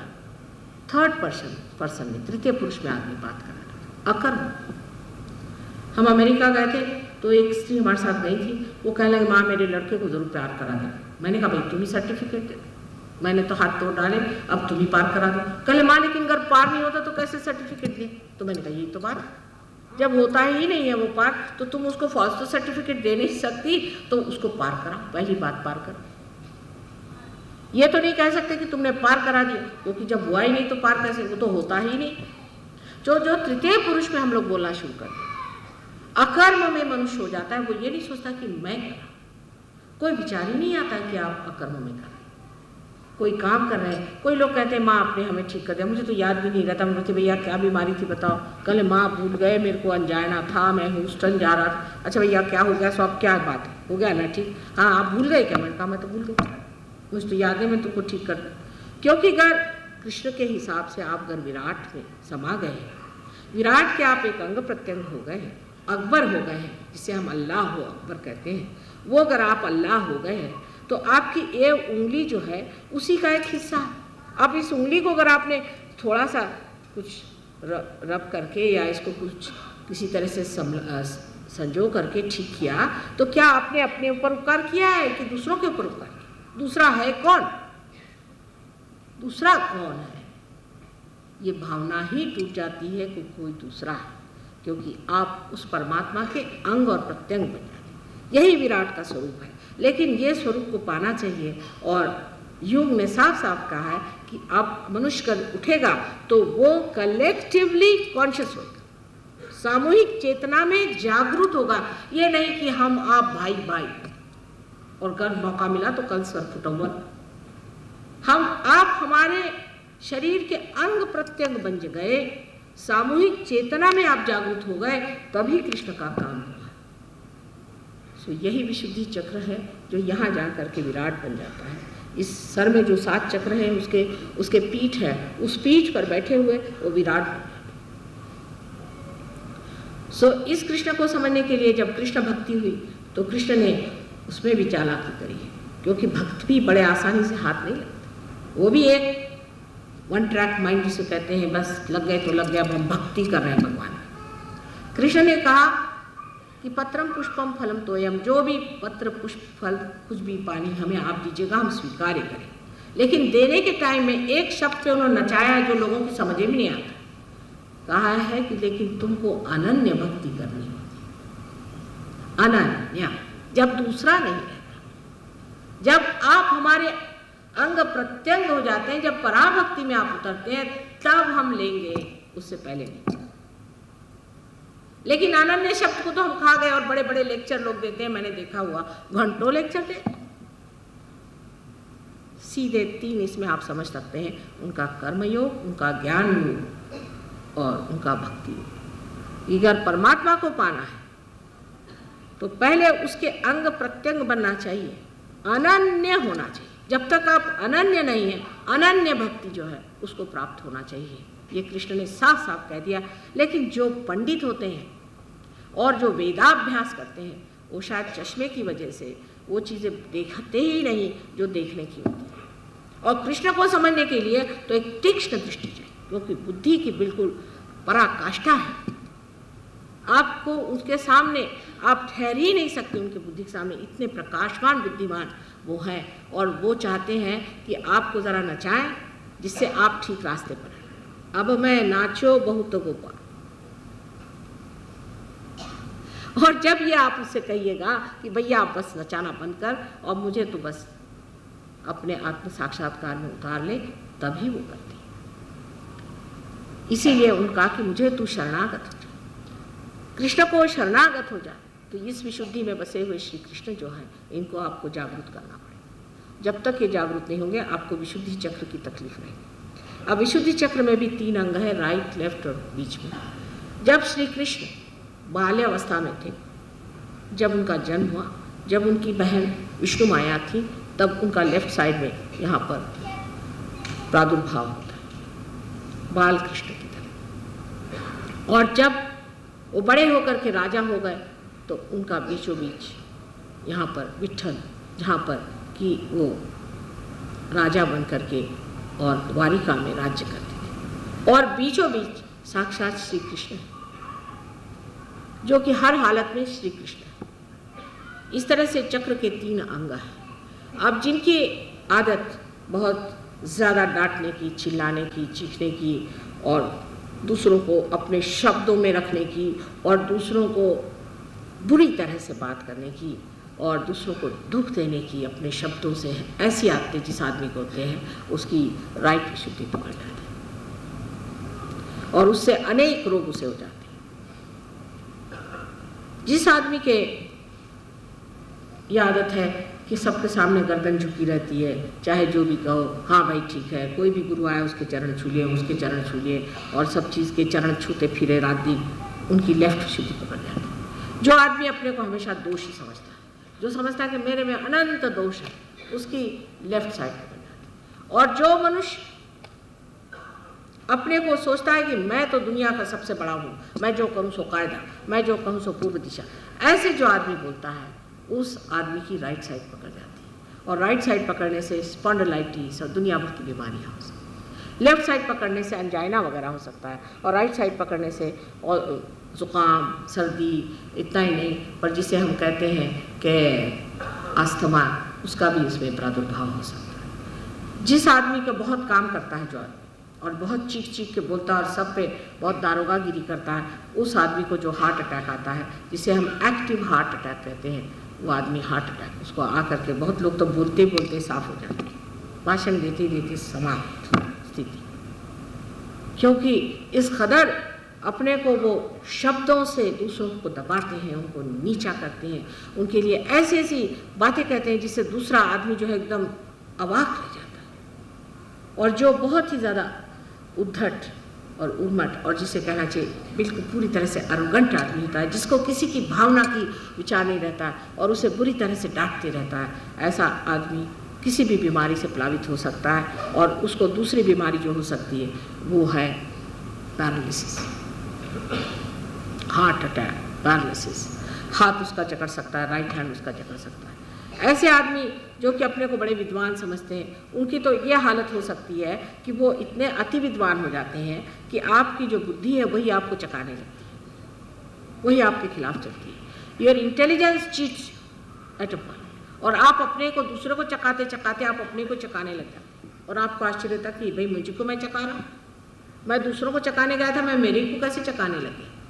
और इसमें फिर कोई कोई बीमारियां ऐसी और लोगों को हो जाती है कि जिसमें वो जब चाहें तो वो ठीक भी नहीं हो सकता, क्योंकि जैसा ही वो चाहते हैं उनको फिर वो चकाने वाली बुद्धि उनको फिर से परास्त कर देती है। ये सब बातें सही हैं, आपको हम इसको दिखा सकते हैं। बहुत लोगों को ऐसे बीमारी में जब हमने मदद करने की कोशिश की तो हठात वो कोई भी काम कर लेते हैं, हठात। लेकिन अगर आप कहें कि अब पैर हटाइए तो नहीं हो सकता, क्योंकि उनकी खुद ही बुद्धि जो है वो परास्त होती है।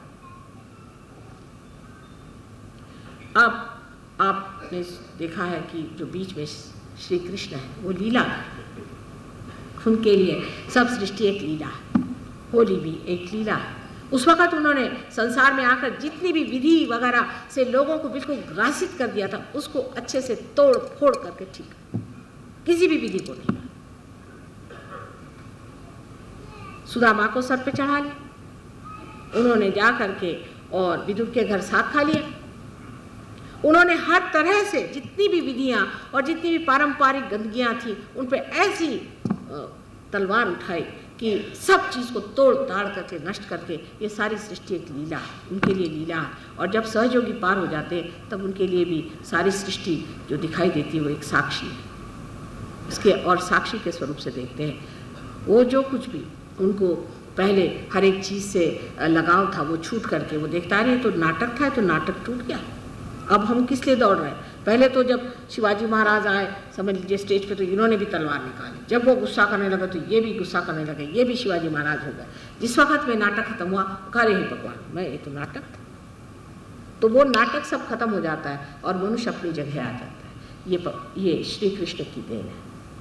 ये इन्होंने हमारी चेतना में विशेष स्वरूप दिया है कि जब वो जागृत हो जाते हैं तो हम साक्षी स्वरूप हो जाते हैं। और दूसरा एक महत्वपूर्ण कार्य करते हैं, क्योंकि लीलाधर कि हमारे अंदर जो अहंकार और प्रतिअहंकार, जिससे कि हम हमेशा डरते हैं और दूसरों से दबते हैं, दोनों को वो अपने अंदर खींच सकते हैं, दोनों को अपने अंदर समा ले सकते हैं।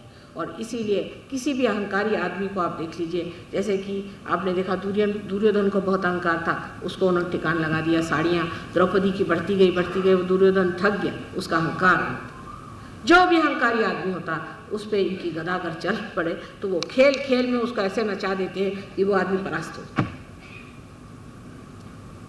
उसी प्रकार अगर कोई दब्बू आदमी है या कोई आदमी जो समाज से दबा हुआ है, जो दरिद्री है, इसके पास सुदामा जैसे, उसका मान करना, उसके मित्रत्व को इतना बढ़ावा देना और उसके लिए इस कदर दिल भर के, दिल खोल के उसके लिए सब कुछ देना, ये भी काम श्री कृष्ण का है।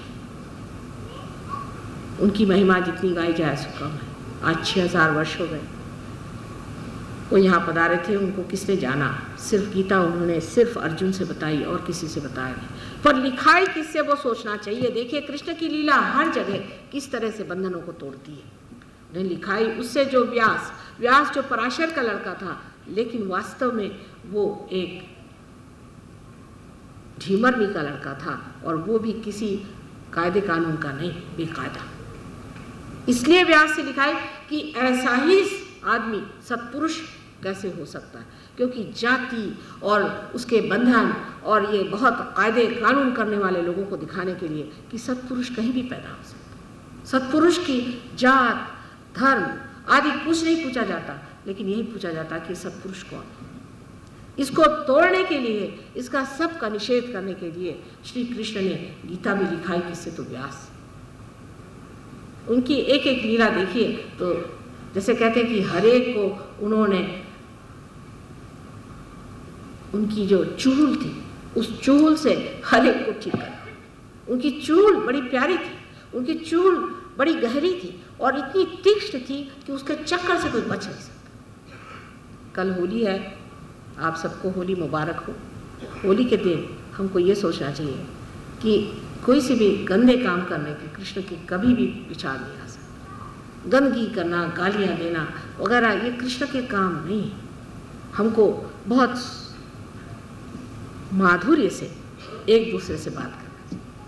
होली का मतलब होता है कि जो कुछ भी कृष्ण स्वयं क्या थे, उनकी राधा क्या थी? आह्लाददायी शक्ति, जो दुनिया को आह्लाद दे, जिसे मधुर बातचीत हो, चाहे आपके घर का मेहतर हो, चाहे जमादार हो, चाहे कोई, सबसे गले मिले, सबसे अपना प्रेम बांटे। ये कृष्ण की मुख्य इच्छा थी, जिसलिए उन्होंने होली का समारंभ किया था। और हम लोग जो हैं उस वक्त सबको गाली देते हैं, अपनी ज़बान खराब करते हैं, जो ज़बान श्री कृष्ण के वजह से चल रही है। ये ज़बान भी हमारी जो 16 चीज़ें हैं, जिसे नाक, कान, ईयर, नोज, थ्रोट वगैरह सब कुछ, जो नेक वगैरह सब कुछ है, ये सब वो श्री कृष्ण की आज्ञा से चलते हैं। वहाँ हम लोग गाली गलौज करते हैं।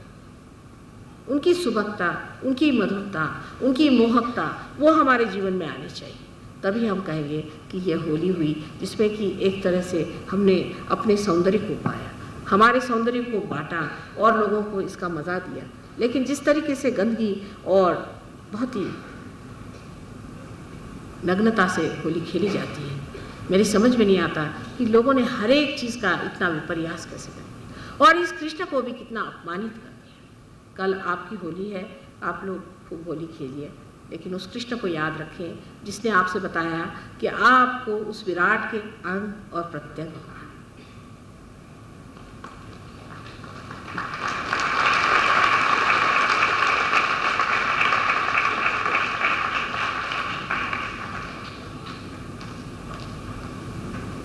अब आपको कोई प्रश्न हो तो आप थोड़ी देर मेरे से प्रश्न पूछ लें, लेकिन अधिकतर लोगों की तो इच्छा होती है कि माँ तुम आपने सेल्फ रियलाइजेशन को बुलाया, बेटा ज़रा बैठ जाइए, इतनी जल्दबाजी नहीं। आपने सेल्फ रियलाइजेशन के लिए बुलाया तो माँ प्रश्न ही मत पूछे, क्योंकि सब बेकार के प्रश्न लोग पूछते हैं। पर मैं नहीं सोचती कि सब लोग बेकार के प्रश्न पूछते हैं। यहाँ ऐसे बहुत से हैं जो परमात्मा को खोज रहे हैं। ये नहीं कि यहाँ पर सिर्फ आए हैं कि जैसे कोई पार्लियामेंट में सवाल होते हैं उस तरह के सवाल करने की यहाँ ज़रूरत नहीं। मैं कोई इलेक्शन को खड़ी नहीं हूँ और मुझे आपसे कोई मत नहीं चाहिए, मुझे आपसे कुछ भी नहीं चाहिए। आपको क्या मुझसे चाहिए वो जान लेना चाहिए। आपको कुछ मुझसे मिलने का, आपको कुछ देने का, आपको मुझसे लेने का है, आपको मुझे कुछ देने का नहीं। सिर्फ आपको अगर कुछ देने का है तो आप अपना हित मुझे दीजिए, अपना क्षेम मुझे दीजिए, अपना श्रेय मुझे दीजिए। एक माँ को सिवाय इसके कि अपने बच्चे अपने ही जैसे उच्च हो जाएं और कोई चीज़ की ज़रूरत नहीं, वो चाहती कि जो मेरी जितनी शक्तियाँ सब मेरे बच्चे बांट लें, सब उनके अंदर जागृत हो, वो सब कुछ पा लें, बस यही आंतरिक इच्छा उसको होती है। इसलिए जो कुछ भी आप प्रश्न करें उसमें आप अपनी उद्दामता या अपना आप पाखंड दिखाने की ज़रूरत नहीं। सात्विकता से आप ऐसे प्रश्न पूछें जिससे कि आपको कुछ लाभ हो और सभी जन को लाभ हो।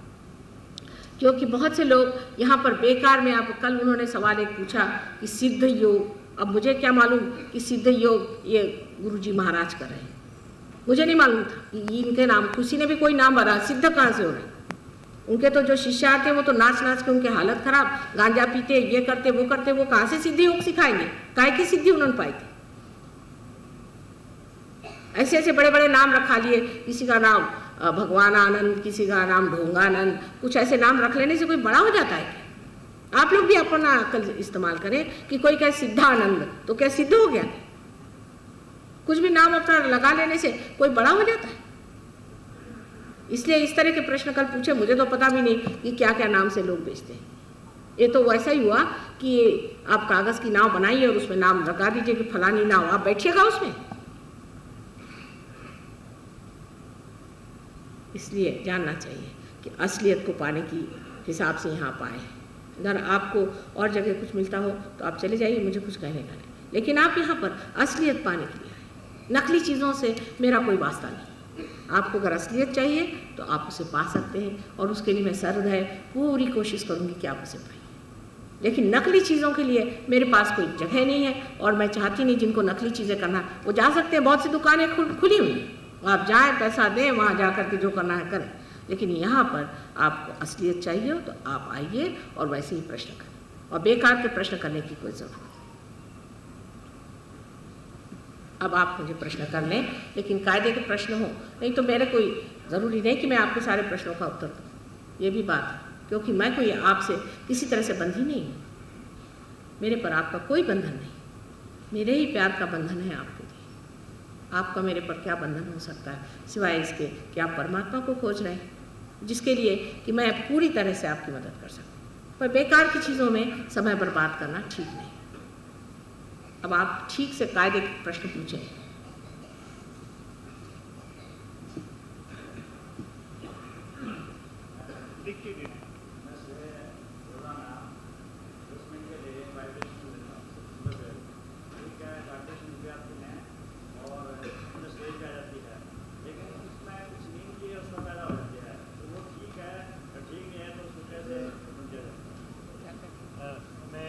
सवेरे 10 मिनट के लिए वाइब्रेशन लेता हूँ, उसमें कुछ नींद की अवस्था आ जाती है, वो सही है या नहीं? नींद आने का मतलब है आप लेफ्ट साइड की तरफ जाते हैं।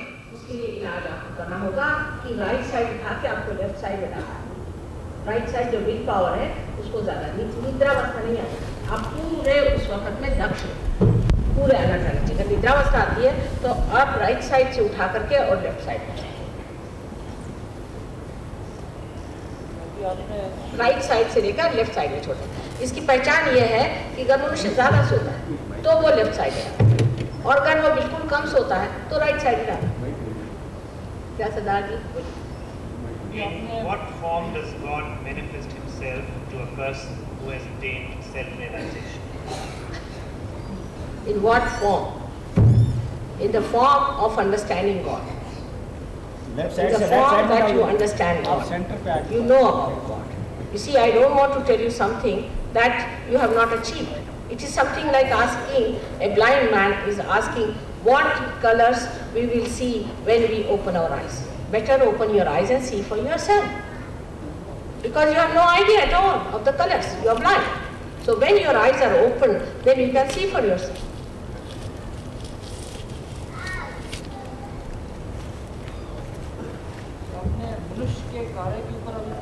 I heartily appreciate your discourse on the discovery of truth. Now I want to know the technique. Correct. That's the spirit. That's the spirit. Who wrote this one? Mr. R.M. Prasad Chani. Great. बस अब चांदनी है आगे देख लीजिएगा. बहुत खुशी की बात. ऐसे सवाल करो भाई इसे माँ का भी दिन पड़ जाए. क्या बेटे?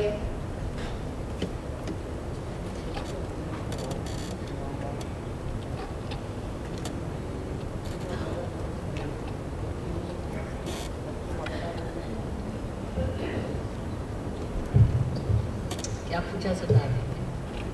एक परिवार में अगर 3 बच्चे होते हैं तो ये कैसे है कि तीनों बच्चों में अलग अलग भावनाएं अलग अलग होता है. इसका उदाहरण तो योगी खुद है. पूर्व जन्म के संस्कार बहुत जबरदस्त होते हैं और हजारों ऐसे जन्म हो चुके हैं पहले. वो सारे संस्कार लेकर बच्चे पैदा. जिस समय आपको बच्चे होते हैं उस वक्त आप कैसे संस्कार उनमें डालते हैं ये भी जरूरी है. कोई लोग हैं जब पहला बच्चा होता है तो बड़े धार्मिक, भगवान को याद करते हैं, परमात्मा को याद करते हैं कि हमारा धार्मिक इंसान है. दूसरा जब बच्चा होने को होता है तब उनके चित्त लग जाता है कि भाई कुछ पैसा ऐसा कमाए और पैसे बड़ी भारी चीज़ है तो वो पैसे के धंधे सोचते हैं. तीसरा बच्चा जब होने लगता है तो लोग सोचते बाप रे तीसरा काहे को हुआ, तो वो दूसरी तरह. इस पर माँ बाप के संस्कार, समाज के संस्कार, जिस आप वातावरण में रह रहे हैं उसके संस्कार कर रहे हैं. अब आप सोच लीजिए कि हमारे ज़माने के लोग, जिसकी अब हम 60 से ऊपर हमारी उम्र है, इस ज़माने के लोग और आज के लोगों में ज़मीन आसमान का अंतर है. तो जिस समय में आप पैदा हुए वो जरूर. इसके अलावा ग्रह भी होते हैं, ग्रहों से भी होता है असर. पर अधिकतर जो इंसान परमात्मा को खोजने वाले होते हैं, बहुत ऊंचे किस्म के लोग होते हैं, वो अपने माँ बाप खुद उनका चयन करते हैं. अगर आप सहयोगी हो जाएं और आपकी पत्नी भी सहयोगी हो जाए तो आपके जितने बच्चे होंगे सब पार पैदा होंगे. मैं तो मेरा क्वेश्चन पूरा नहीं. आपने भी कहा था कि माँ बाप का रोल ये समझा रहे. बच्चों का भी रोल है, वो जो कर्म करते हैं, बच्चा करता है या बाप करता है या माँ करता है या बच्चा करता है, उसमें 3 या 4 बच्चे हैं. 2 एक तरह के होते हैं या एक तरह का होता है, जबकि सही वही. इसमें बहुत सी बातें हैं सरदार जी कि किस जीनियोलॉजी होती है, कौन से क्रोमोसोम्स आ गए, किस तरह से उसका ये हो जाए. लेकिन चाहे कैसा भी बच्चा, कैसे भी लोग, लेकिन अगर माँ बाप धार्मिक हो तो अधिकतर बच्चे धर्म की ओर रुचि रखते हैं. और उसमें से एकाध शायद खराब ही जाए, लेकिन अधिकतर बच्चे परमात्मा की ओर दृष्टि रखते हैं अगर माँ बाप ठीक हो और परमात्मा की ओर उठने की कोशिश करते हैं. वो तो किसी के लिए भी मना नहीं है. हर एक आदमी, मुझे बहुत से लोगों ने कहा ये बड़ा पापी है, ये बड़ा नष्ट है, ये अमका है, टमका है, सब पता है. वो पार हो गए. पार होने की सबको पात्रता. अब एकदम हिटलर आके खड़ा हो तो नहीं होगा, बस वैसे अधिकतर लोग पार हो सकते हैं. मैं बाहर की बात नहीं कर रहा, ये मेरे घर की बात है. हम 3 भाई. अच्छा, आप ऐसा है, घर की बात सबकी भी नहीं करना है. आप मुझे लिख के दे दीजिए और आपको मैं बाद में बता दूँ. अच्छा, Whether self-realization or raising of Kundalini can be done when one is ill or not in proper mental condition. It's rather difficult. अगर कोई इल है तो अधिकतर कुंडलिनी का जागरण पूरा नहीं बन पाता, क्योंकि कुंडलिनी आती तो है, it might break your ब्रह्मरंध्र, but it goes back into the same position or into that portion like a pouch where it just settles down and works out. So the most of the energy of Kundalini is spent more in curing you because it wants to see, because it's your mother. So she wants to see that you are cured. So she works more on those portions which are sick. Same with the mental cases, that first it works on the mental side, on the left-hand side, then we have to clear it out, and then she steadily rises very well. But you can get realization despite the fact you are sick or mentally disturbed. I have seen people, they get just realization and their madness goes up. Immediately can happen. So it depends on, you cannot just say that this pattern will be followed by everyone. Some people who had very serious sickness, I have seen, they got their Kundalini just up there. Where does the necessity of raising the Kundalini or self-realization rise? If it is to be free from the cycle of birth and death, but is not this earth a beautiful place to live in? Of course. Why should we have escapist attitude? No. It is not for any escape. A self-realized soul doesn't want to escape life and death. It's a wrong idea people have that you should get a moksha, that you are not to be born again. On the contrary, they want to be born to help their brothers and sisters. They want to help and they want to raise their Kundalini and do the job. So it is not so. On the contrary, it is much more evident in people, like as I told you, that if you are a Sahajogi and your wife is a Sahajogini, then you get all the realized souls are born today to do this God's work. So it is not that you want, the desire is no more to be away from this life and death. There is no escape. On the contrary, you face it. And the need for self-realization is that because you are the self. You are the absolute. You have no absolute ideas. You are living in a relative world. You don't know whether this is good or that is good. But once you get your realization, you know what is good and what is bad because you become that. Like if I create this instrument and I do not put it to the mains, what's the use of having this instrument? You have to be put to the mains. That's why the Kundalini has to be risen and you have to be put to the mains. You have no meaning without it. Will concentration on Agya Chakra or Sahasrara help the self-realization or not? No, it's not necessary to concentrate it. On the Sahasrara rise better, but I think Kundalini rises without any concentration.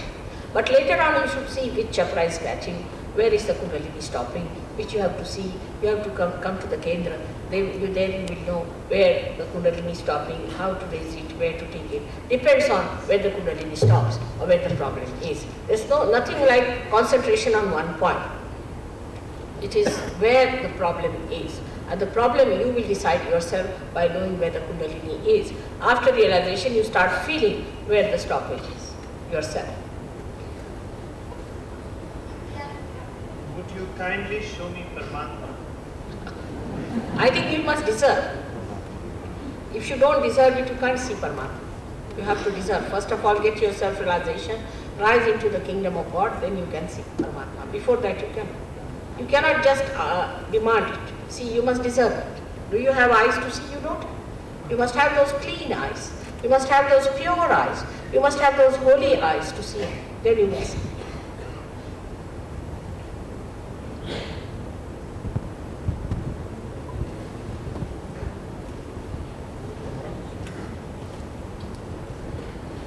अभी और है? अब कुछ? हाँ, कल करेंगे. क्या? क्या? कुछ है? बड़ा है आप शास्त्र में ऐसा संपर्क था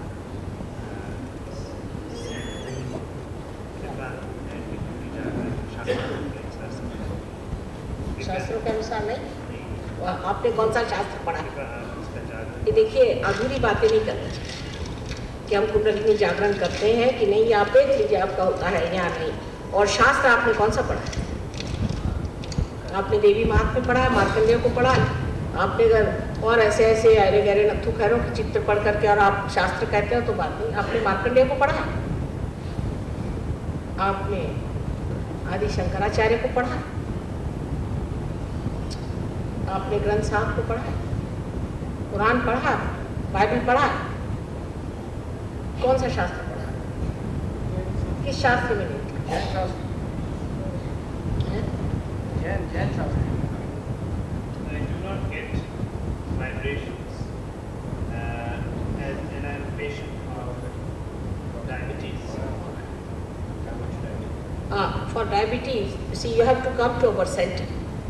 You all should take so much trouble to come to our center because every person has some trouble, has to go there, or if you want to go deeper into yourself, you have to go there. There is a center, luckily we have in Delhi for you, and where you have also centers in your areas perhaps. But in any case, you should take this much trouble to go on a Sunday, which is a holiday. You should go there for your betterment and for the betterment of the whole. You just go with a deep understanding that you are not only to be cured, but you are to be given your all powers, all your properties are to be given to you. Why Kundalini is identified with serpent power? Serpent power, because the Kundalini moves like a serpent. The movement of a Kundalini is like a serpent, like two serpents moving. You feel the movement of that Kundalini. It's a very interesting thing how Kundalini moves, you see. So they had to say it has a serpent power. It doesn't mean it's a serpent.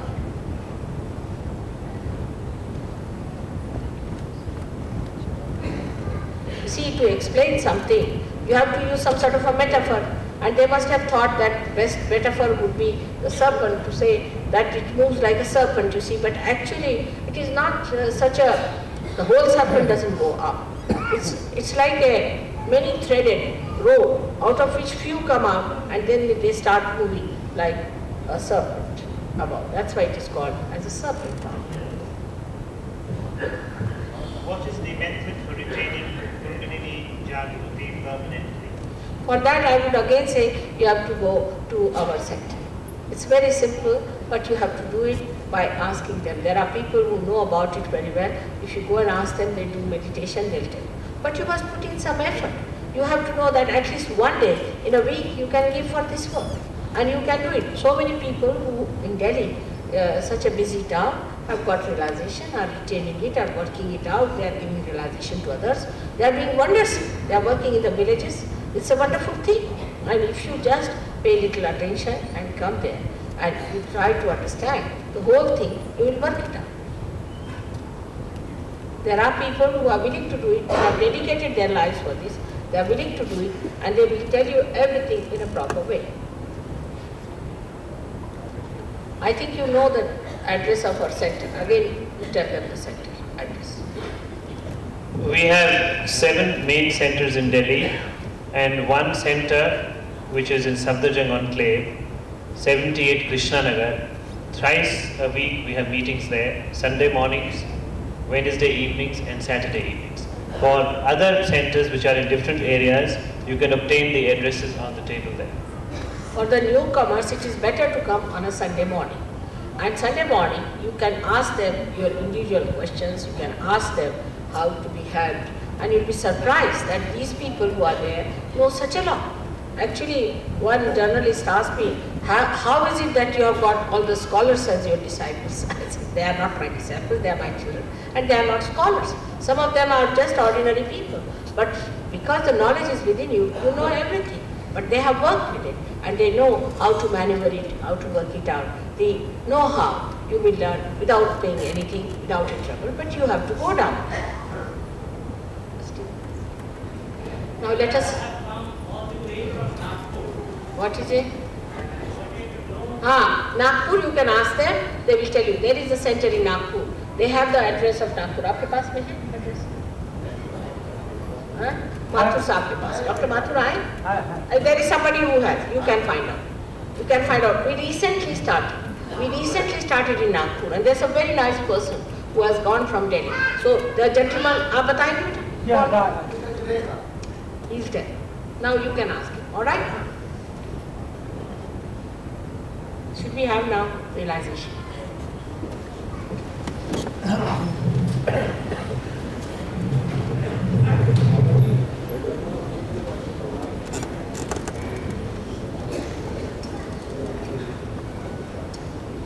Now those who do not want to have realization should really leave the hall, because it's not wrong. Those people who do not want create a kind of an aura which stops the realization of other people. Those who want, if somebody is moving in the direction of the right thing, and suddenly you put an obstruction, you obstruct the whole flow, and that you should not do as civic people. If you don't want to have realization, you can go. I'll be very thankful to you. If you don't want to have realization, you better go. But if you want to have realization, please do what I tell you and you will get it. It's not difficult. सब लोग अंदर आके बैठ जाइए, कोई है नहीं, आ जाइए अंदर जगह है, बैठ जाइए आराम से। ये हॉल बहुत छोटा पड़ गया, अगले वक्त बड़ा हॉल लेना चाहिए।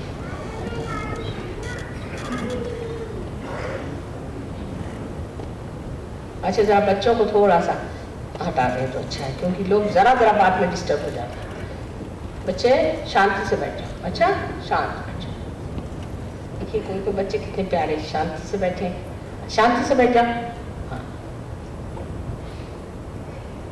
ठीक है।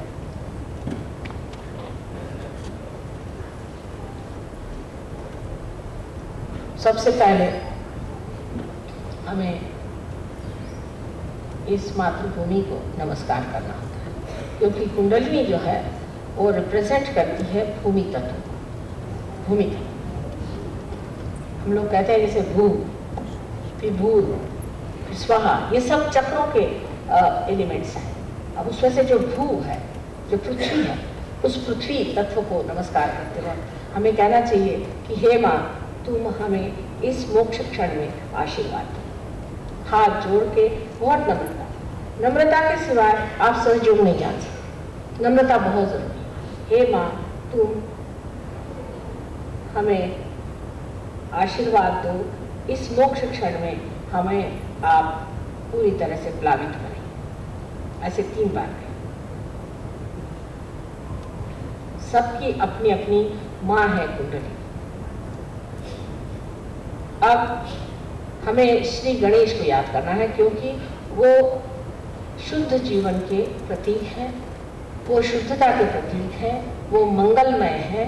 उनको याद करना होता है पहले कि हे श्री गणेश, आप इस मोक्ष क्षण में हमारा रक्षण करें। इस तरह से 3 बार हाथ जोड़ के उनसे कहें। चाहे आप हिंदू, मुसलमान, क्रिश्चियन कोई भी हो, कहें, क्योंकि कल मैं बताऊंगी कि श्री गणेश जो है वो किसी भी एक धर्म के नहीं, साक्षात ओंकार है। उनसे 3 बार विनती करके मांगे।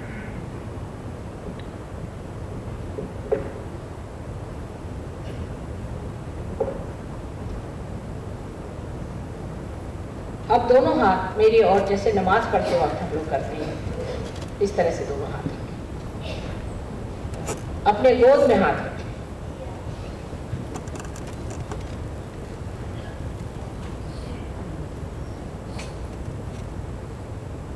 अब ये जान लेना चाहिए कि जो लेफ्ट हैंड है ये इच्छा शक्ति और जो राइट हैंड है वो क्रिया शक्ति। इसलिए हमारी इच्छा परमात्मा की ओर रखनी चाहिए। हमारा हमेशा लेफ्ट हैंड परमात्मा की ओर रहना चाहिए। उसको हटाने की जरूरत नहीं। जिस प्रकार आपने गोद में रखा है इसी प्रकार आप रखे हुए। अब राइट हैंड जो है, इससे आप अपने एक एक चक्र को पहले साफ करें। पहले आप ये राइट हैंड जो है इसको हृदय पे रखें। हृदय लेफ्ट साइड में हृदय होता है, बीचों बीच नहीं, लेफ्ट साइड में। लेफ्ट साइड में हृदय। आँख बंद रखें, आँख जहाँ तक हो सके न खोलें। चश्मा भी निकालें, इससे आँख भी बहुत अच्छी हो जाती है, आई साइट इम्प्रूव हो सकती है। इसलिए आप आँख बंद रखें, आँख न खोलें। अब हृदय पे हाथ रख करके आप एक प्रश्न अपने मन में करें कि माँ, क्या मैं आत्मा हूँ? क्या ऐसा प्रश्न सिर्फ करें, 3 बार प्रश्न करें कि माँ, क्या मैं आत्मा हूँ? अपने हृदय में ये प्रश्न करें, क्योंकि आप हैं, लेकिन पहले प्रश्न करना होगा, उत्तर नहीं।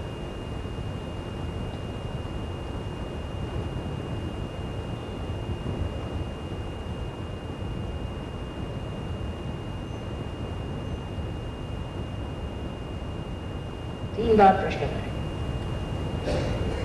अगर आप आत्मा हैं तो आप अपने गुरु भी हैं, इसलिए अपना हाथ पेट पर लेफ्ट हैंड साइड पे रखें, पेट पर लेफ्ट हैंड साइड में अपना हाथ और कहें कि माँ, क्या मैं स्वयं का गुरु हूँ? सब लोग करिए, आप भी करिए बहन जी।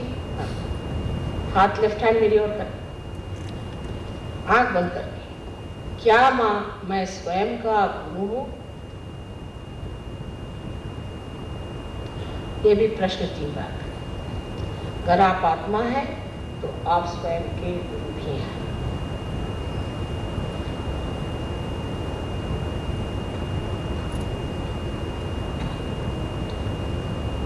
अब ये हाथ आप नीचे पेट में नीचे की तरफ रखें, जहां स्वाधिष्ठान चक्र लेफ्ट साइड में होता है। सारा काम लेफ्ट साइड पे होता है, इसलिए आप लेफ्ट साइड पे रखिए।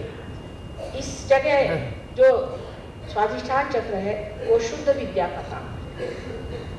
शुद्ध विद्या माने वो विद्या, वो ज्ञान जिससे आप परमात्मा को जानते हैं, जिससे आप उसकी शक्ति को जानते हैं, जिससे आप उसके सारे कायदे कानून को जानते हैं, और जिसके जानने से आप दूसरों को भी ये दे सकते हैं।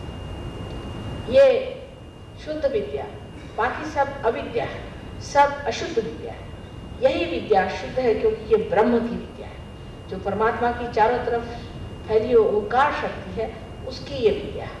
इसलिए इस शुद्ध विद्या को जानने के लिए आपको मांगना होगा। मैं आप पे जबरदस्ती नहीं कर सकती, आपको कहना होगा, मन में ही कहिए कि माँ मुझे ये शुद्ध विद्या आप दीजिए। इस चक्र में 6 कलियां हैं, इसलिए 6 बार कहना होगा कि माँ आप कृपया मुझे शुद्ध विद्या दीजिए।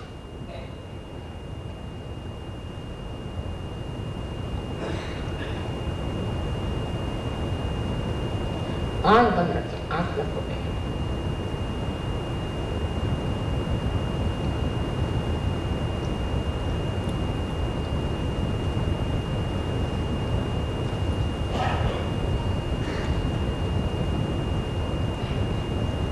अब ये राइट हैंड फिर से उठाकर अपने पेट पर लेफ्ट हैंड साइड पे रखें, ऊपर के बाजू। ऊपर पेट पर ये हाथ फिर से जहाँ पर पहले था वहीं रखिए, जहाँ पर आपका गुरु तत्व है, और वहाँ रख करके आप कहिए पूर्ण विश्वास है, क्योंकि शुद्ध विद्या से आपकी कुंडलिनी जागरण होना शुरू हो गया। आप सब लोग कहिए, अपने मन में ये बात कहें, पूर्ण विश्वास है कि माँ मैं स्वयं का गुरु हूँ, मैं माँ स्वयं का गुरु हूँ। ये कहने से ही कुंडलिनी इस चक्र से ऊपर सरकेगी, इसको मान्यता देनी होगी, अजम्पशन से। माँ मैं स्वयं का गुरु हूँ, मैं अपना ही गुरु हूँ, मैं स्वयं का गुरु हूँ, मैं अपना ही गाइडिंग फोर्स हूँ। Mother, I am my own master.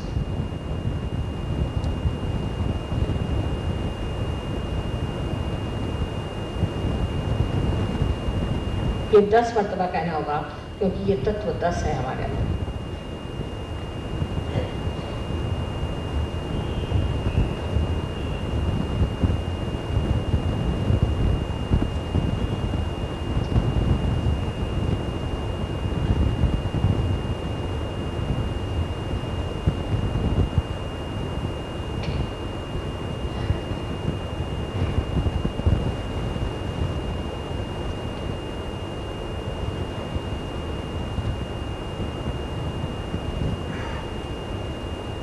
माँ मैं अपना ही गुरु स्वयं का हूँ, मैं अपना ही स्वयं का गुरु हूँ।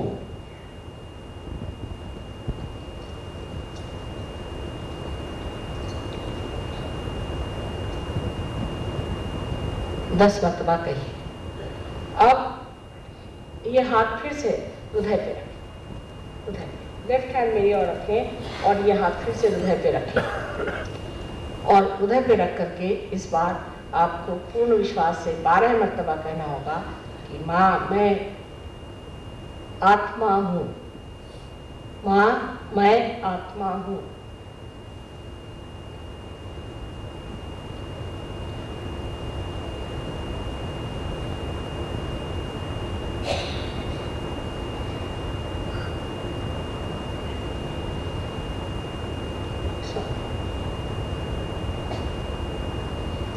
Mother, I am the Spirit.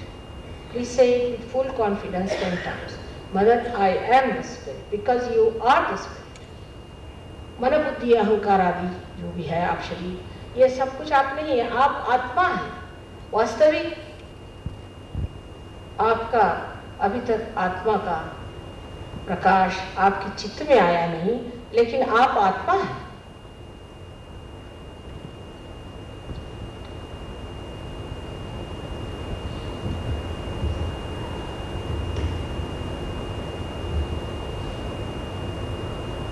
ये 12 मर्तबा कहिएगा हृदय में।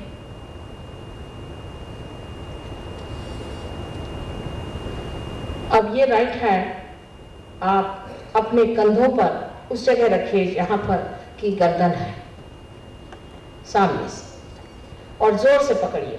उंगलियां पीछे करके जोर से पकड़िए और नीचे की तरफ दबाइए उसे। इस चक्र में आपको कहना चाहिए कि माँ मैं आत्मा हूं, इसलिए मैं सर्वथा बिल्कुल निर्दोष हूं। मैं बिल्कुल निर्दोष हूं। माँ मैं बिल्कुल निर्दोष हूं। बिल्कुल पूर्ण विश्वास से कहिए कि मैं बिल्कुल निर्दोष हूं, मैं पतित हूं, ये वगैरह सब बातें भूल जाइए। मैंने पाप किए ये वो सब भूल करके आप अपने को क्षमा करें और कहें कि मैं बिल्कुल निर्दोष हूं माँ, क्योंकि मैं आत्मा हूं। कलंक रहित होता है आत्मा। हाँ 16 मर्तबा कहिए।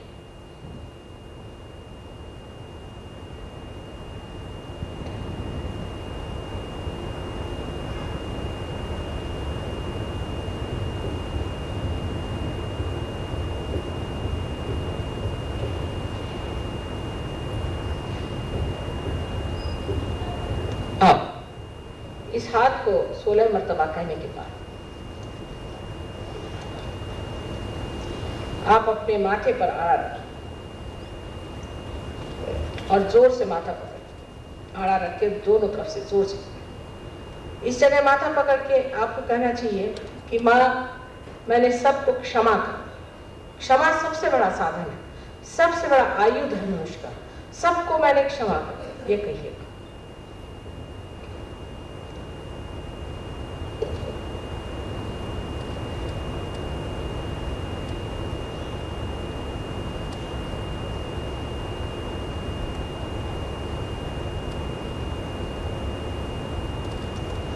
विशेषकर खुद को पहले क्षमा करें, पूरी तरह से सर को पकड़ लें, जकड़ के कहें कि माँ मैंने सबको क्षमा कर दिया। अब देखिए, अब आपका जो हाथ तलवा है, हाथ का तलवा है, उसे ब्रह्मरंध्र पे रखें, माने अपने तालू पर रखें। Please keep it on the fontanelle bone area, your palm, and press it hard. उसको दबा करके और उसे गोल गोल घुमाइए, जैसे कि आप घड़ी के कांटे घुमाते हैं। Clockwise you move it. इस जगह बहुत महत्वपूर्ण बात होने वाली है। यहाँ कुंडलिनी छेद करके आपके ब्रह्मरंध्र से निकल के आप में वो सूक्ष्म संवेदना देने वाली है।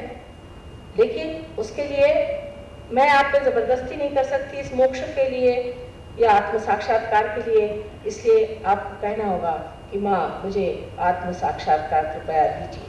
6-7 मर्तबा इसे कहिए, 7 मर्तबा, क्योंकि यहाँ सारे 7 चक्रों के 7 पीठ हैं, इसलिए 7 मर्तबा। प्लीज से 7 times that mother please give me my self realisation.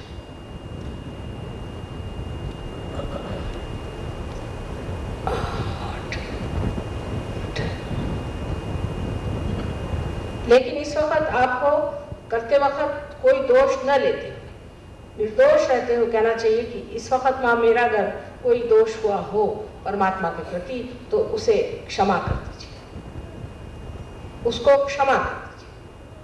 7 मरतबा ये भी कहिए और फिर कहिए कि मुझे आप मोक्ष प्रदान करें।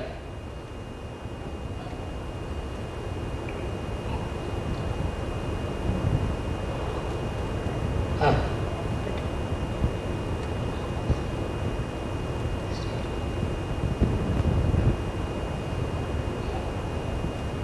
साक्षात शिवम, साक्षात शिवम, साक्षात शिवम, साक्षात शिवम, साक्षात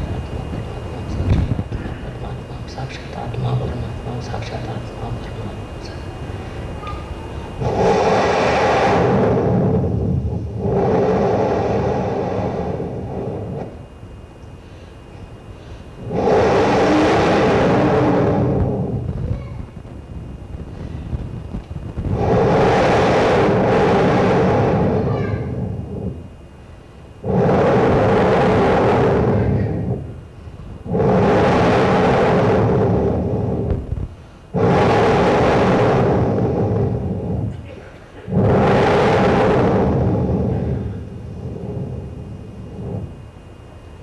अब दोनों हाथ नीचे करिएगा, ऐसे रखिए, दोनों हाथ नीचे रख के अब लेफ्ट हैंड थोड़ा सर के ऊपर उठाइए और देखिए कि ठंडक सी आ रही है। इस तरह cool bridge coming in your head, out of your head.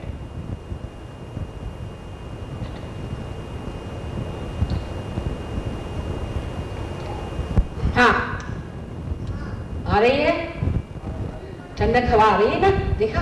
अच्छा, अब दूसरा हाथ रखिए, दूसरा हाथ रखिए, आ रही, ऐसे ही लाकर ऊपर नीचे भी करने से समझ में आता है। थोड़ा ऊपर नीचे, सूक्ष्म है, बहुत सूक्ष्म चीज है। अच्छा, इसको किस तरह से जागरूक रखना चाहिए, सो बात आपने पूछी थी, वो मैं आपसे बताती हूँ। बहुत आसान है, पर उससे पहले आप सब हाथ ऊपर करके और ये पूछिए अपने मन में कि क्या माँ यही वो ब्रह्म शक्ति है जिसे सारा जीवित कार्य संसार का होता है? Please ask the question, is this the same ब्रह्म शक्ति which does all the living works?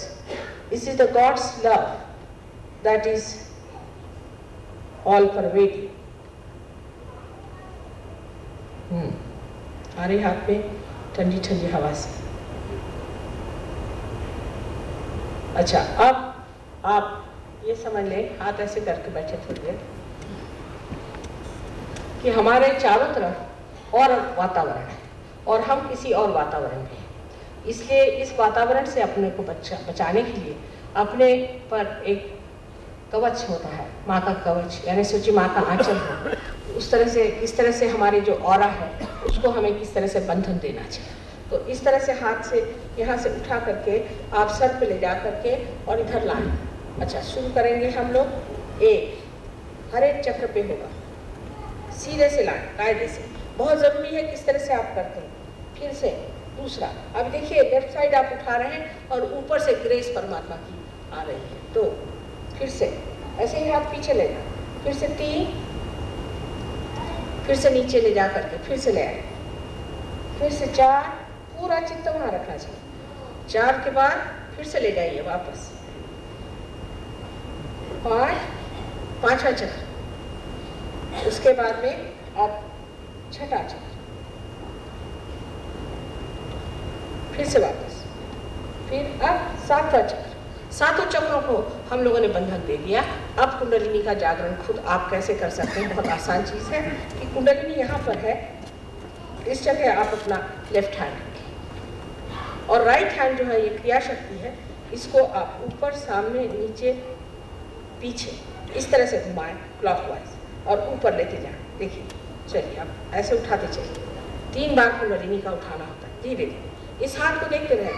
आप ऊपर जा करके अपने जो कंधे हैं ढीले छोड़कर गर्दन पीछे करके और इसको खूब जोर से घुमा के यहाँ एक गांठ से बांध, ये कुंडलिनी का पहला बांध। अच्छा, अब फिर से दूसरे से, चलिए फिर से आइए,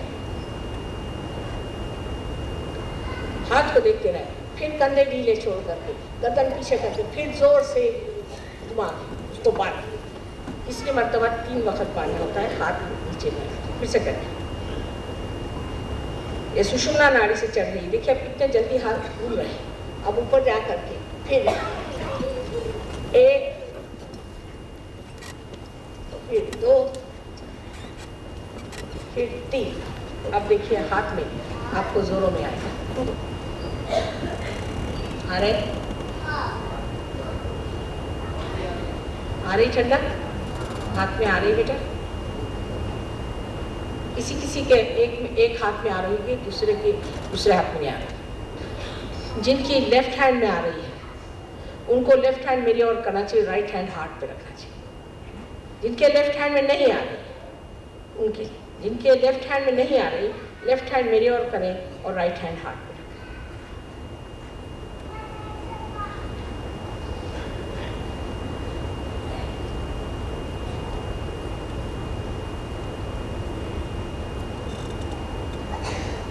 हाँ, आ रहे 1-2 मिनट में आने लग जाए। ऐसे बैठे रहे। जिनकी लेफ्ट हैंड में नहीं आ रही, जिनके राइट हैंड में नहीं आ रही, वो राइट हैंड मेरे और करें और पेट पे दूसरा।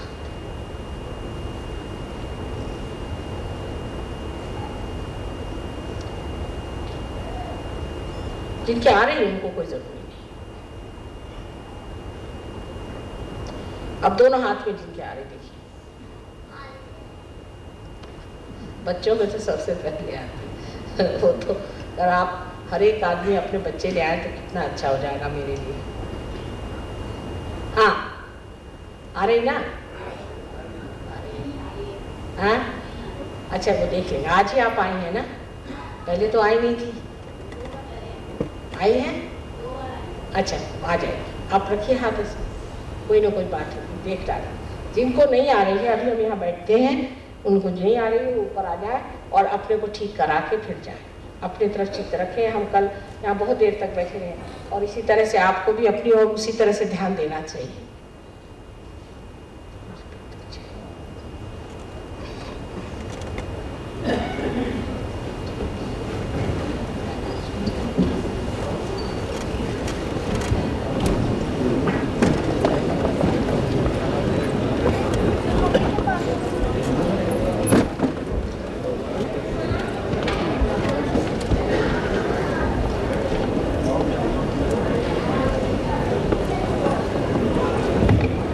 जो लोग केवल अपने आप को ठीक करने के लिए आए हैं वो स्टेज में इस तरफ आ जाए। सिर्फ जो लोग दर्शन लेना चाहते हैं वो लाइन में आए।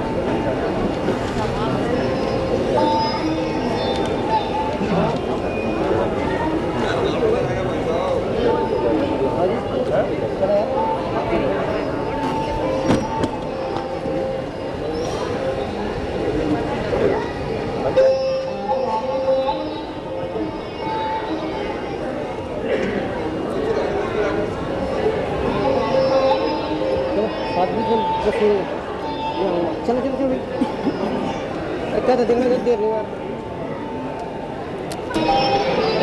I used to communicate by somebody, one of the Indians who are here. They thought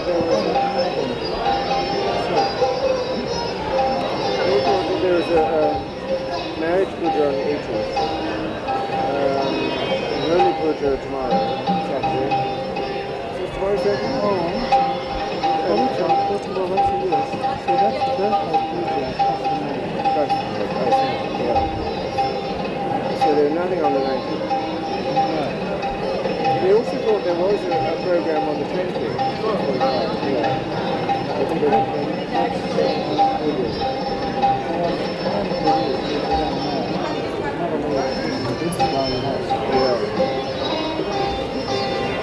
the heritage. Well, that's what I said. But we'll know this by Monday anyway. What do you do with this stuff? Because it's in one month. Really, he can learn that. We've been down, you might have a chance. I don't think so there's no real public programs in the village. No. This might be on.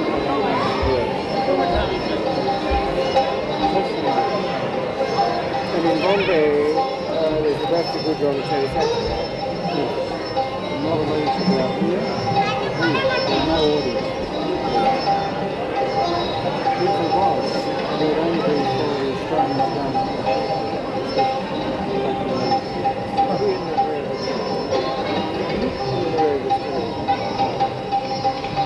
The other question is, this guy has, I checked in as much as I could, and he's